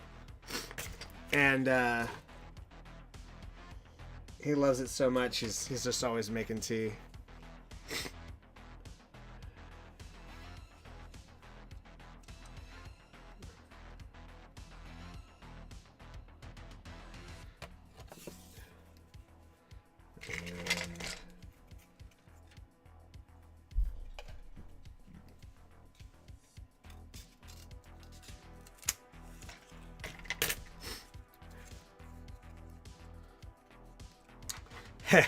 Hobby-wise, my kids and I are about to start Gaslands.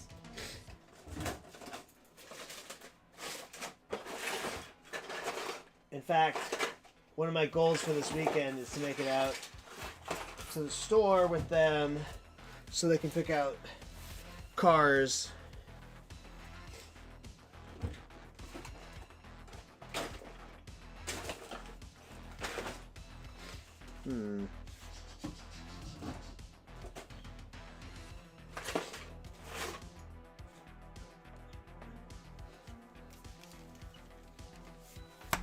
Gotta go find my...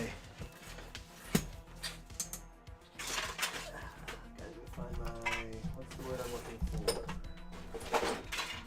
Corrugated paper.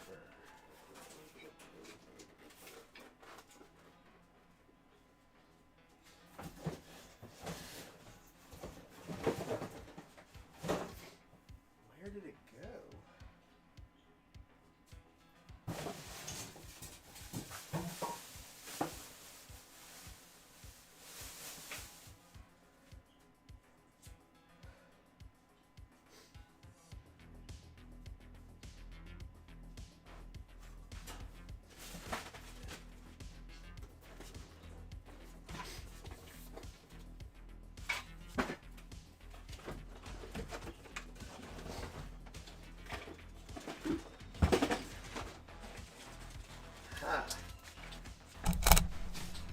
I have a whole pack of this stuff somewhere.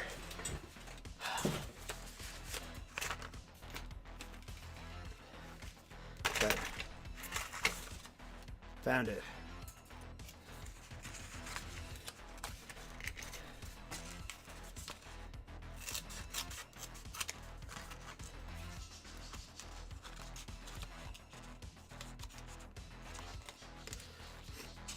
Yeah, I'm going with Gaslands for the kids just because it's more approachable.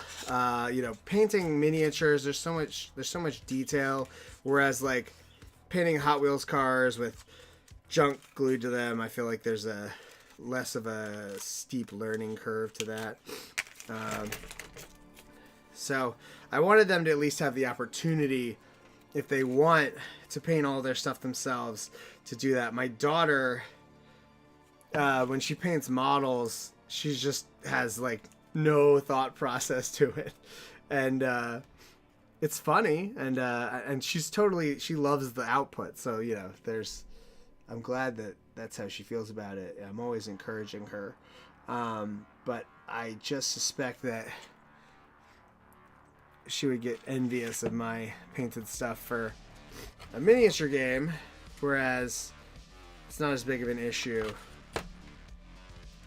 with Gaslands, where they could even potentially just slap some paint on the added stuff and keep the existing color scheme, that kind of thing.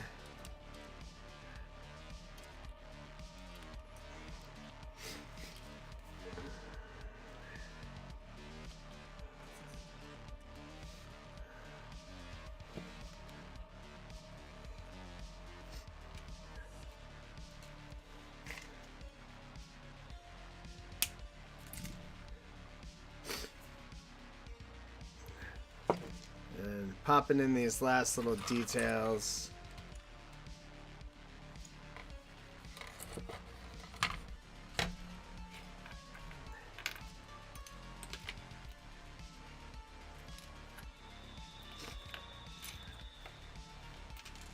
Seeing if there's anything else I want to drop in.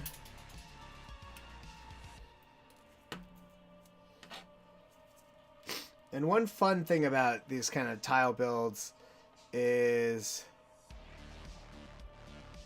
that you can start, you can get a build done to the point where you can play with it, and then if you're later like, boy, wouldn't it be fun to add this little bit or that little bit that I found in, you can just paint it up and glue it in.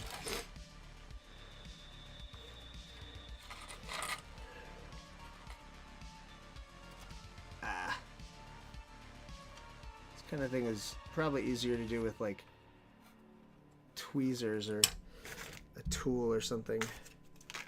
Here we go. I'll just use the nearest tool that I have lying around, whether or not it's suitable for it. You can grab stuff with nippers, right? Technically.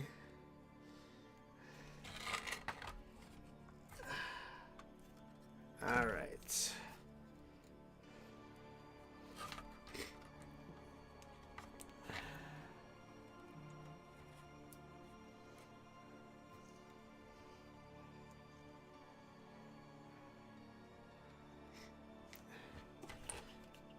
And pop a little accelerant. Boom. All right. I can't help myself. I just like to add like enough clutter that it kind of feels lived in. So I will often just sort of throw a few extra things on when I've already really gotten to the point where it's done and it doesn't need to be.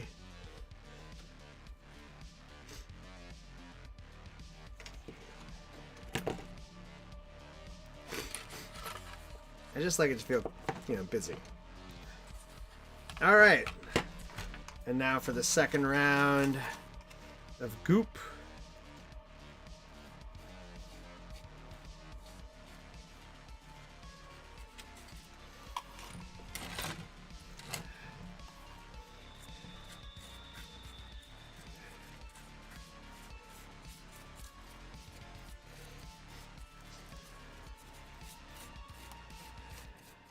Also, this was a lot of fun.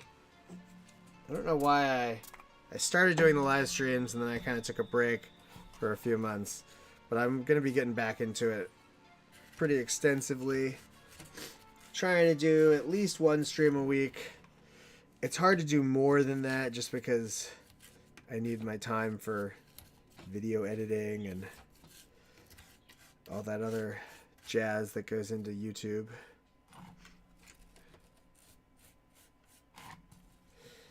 Yeah, you gotta have like the that's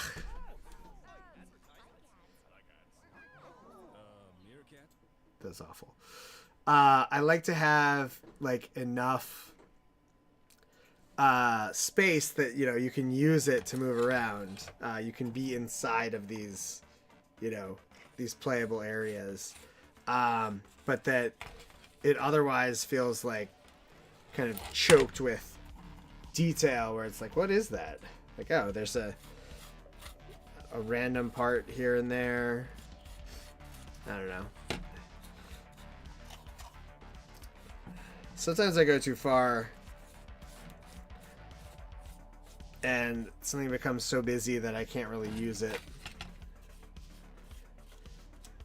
And that always feels silly.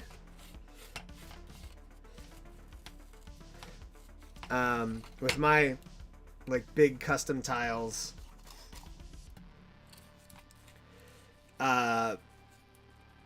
there's definitely an element of like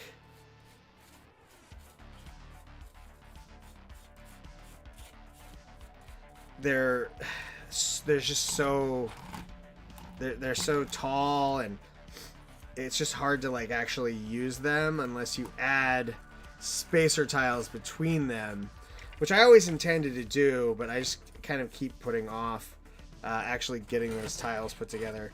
But the nice thing about these Dragon's Rest tiles is that they, you know, they're not a minimum of 12 inches. You can have kind of a 6-inch space separating two tiles, so there's not as much no man's land.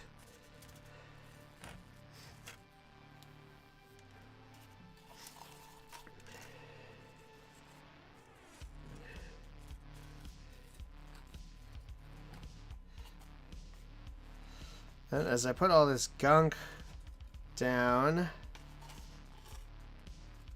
I'll then have to let the tiles dry for a few hours and paint them tonight. And maybe I'll stream painting them. It kind of depends on when I get to it. My kids are running around upstairs. I should have a micrometer, honestly. Like, you joke, but I absolutely should have one of those fucking things because I do so much of this, like, little precise shit. Like, having the ability to like, actually make sure that all of my things are the right exact length would not go, you know, unappreciated. Oops. I spilled a bunch of goop on my desk.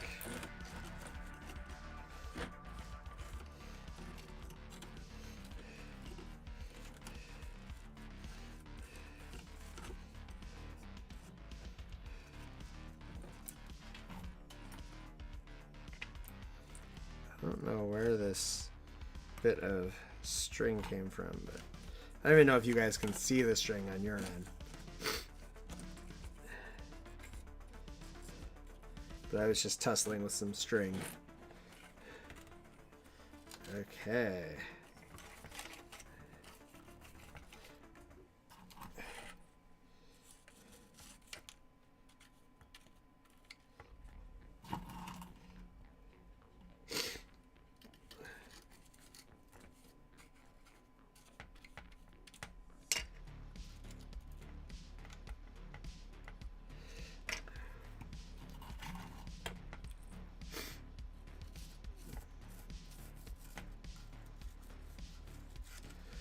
Just get into all these little crevices, get a nice coating of gunk everywhere.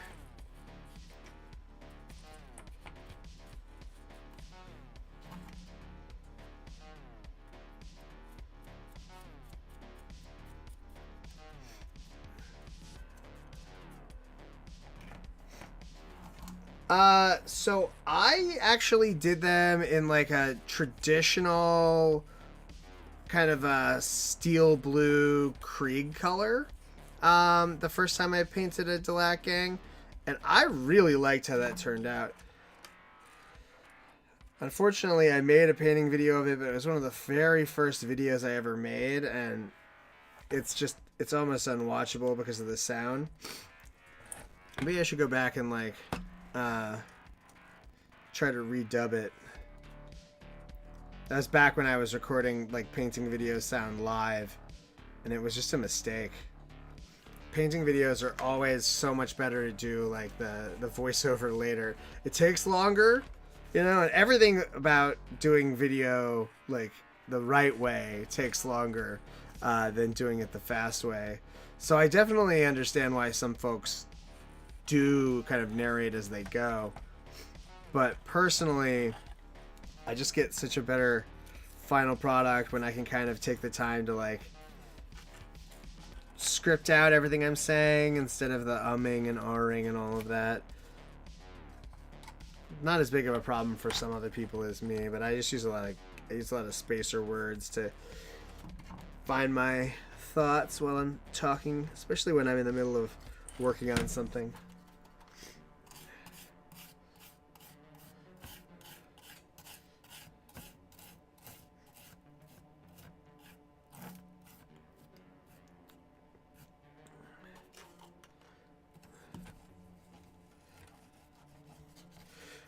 It was a little bit bluer than that. Here,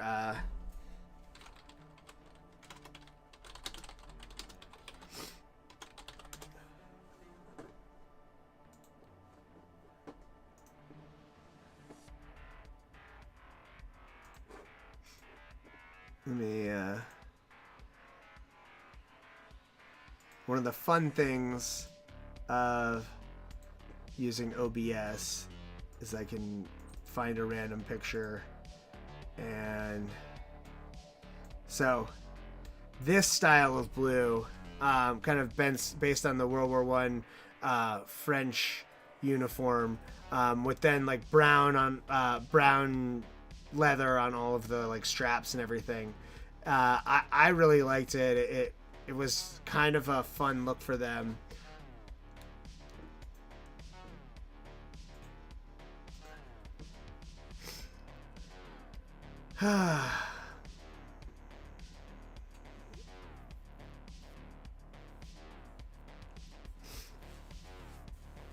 Ooh, Vash the Stampede Red would be... That would be the way to go. I mean, you know, I'm just very partial to Trigun anything. And terribly nervous that the new Trigun remake that they're doing is going to be terrible. Millie wasn't in the trailer, which really upset me. I don't know if she won't be in the final product, though, so I'm holding out hope that they didn't screw it up that badly.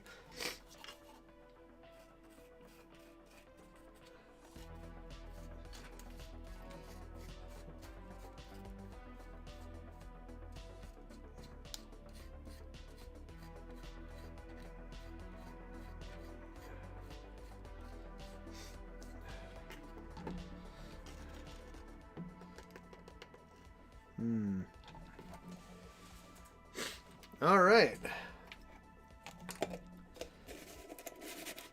I'm officially at the stopping point because I can't continue while these are wet. So I am going to be winding down. 2 hours. This kind of worked out. It just goes to show you what you can accomplish with 2 hours of build time. As long as you do a little prep for yourself. You know, that's some fun stuff. And of course, even now,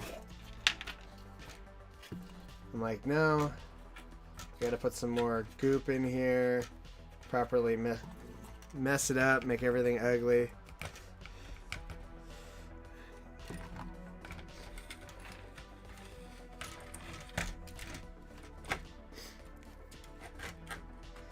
So yeah,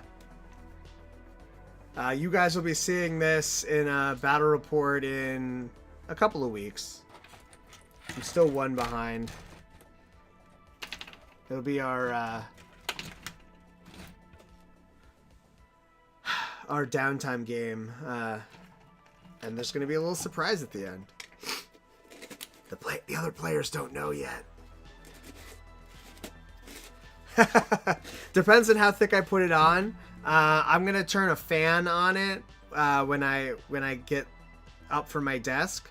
So that will probably make it, probably take an hour or two to dry. But in the like kind of in the like deeper pooled areas, it could take a little bit longer. I probably won't be painting this until like 6 o'clock tonight. So as a result, I don't really, have to worry about the amount of time it'll take to dry. And also worth remembering that the top layer will dry, and then there will potentially be kind of wet underneath. But once the upper layer has fully dried, then you can start painting on top of it. Because this is just, essentially, it's just acrylic medium. The PVA glue is just acrylic. And so when you're just putting paint on top of it, technically you can even put paint on top of it while it's wet. Thanks. I'm going to be doing a bunch of terrain live streams because I've got so much of the Into the Dark terrain to paint, and I've got a bunch of themed terrain around the Necromunda settlement system, the one from Book of the Outcast, which is the Outlands campaign, because apparently someone at Specialist Games has a bad sense of humor and wanted to confuse everyone. But yeah, I've been working off of this kind of quarter-size tile format for the last 6 or 8 months, just building every single bit of terrain that's in the Outlands campaign, and I have not painted most of it, so I'm going to be doing a bunch of live streams trying to kind of power through getting all that stuff painted up. So thanks to everyone for watching. I'm gonna go get myself some lunch, and everybody, stay safe and don't forget to change your paint water.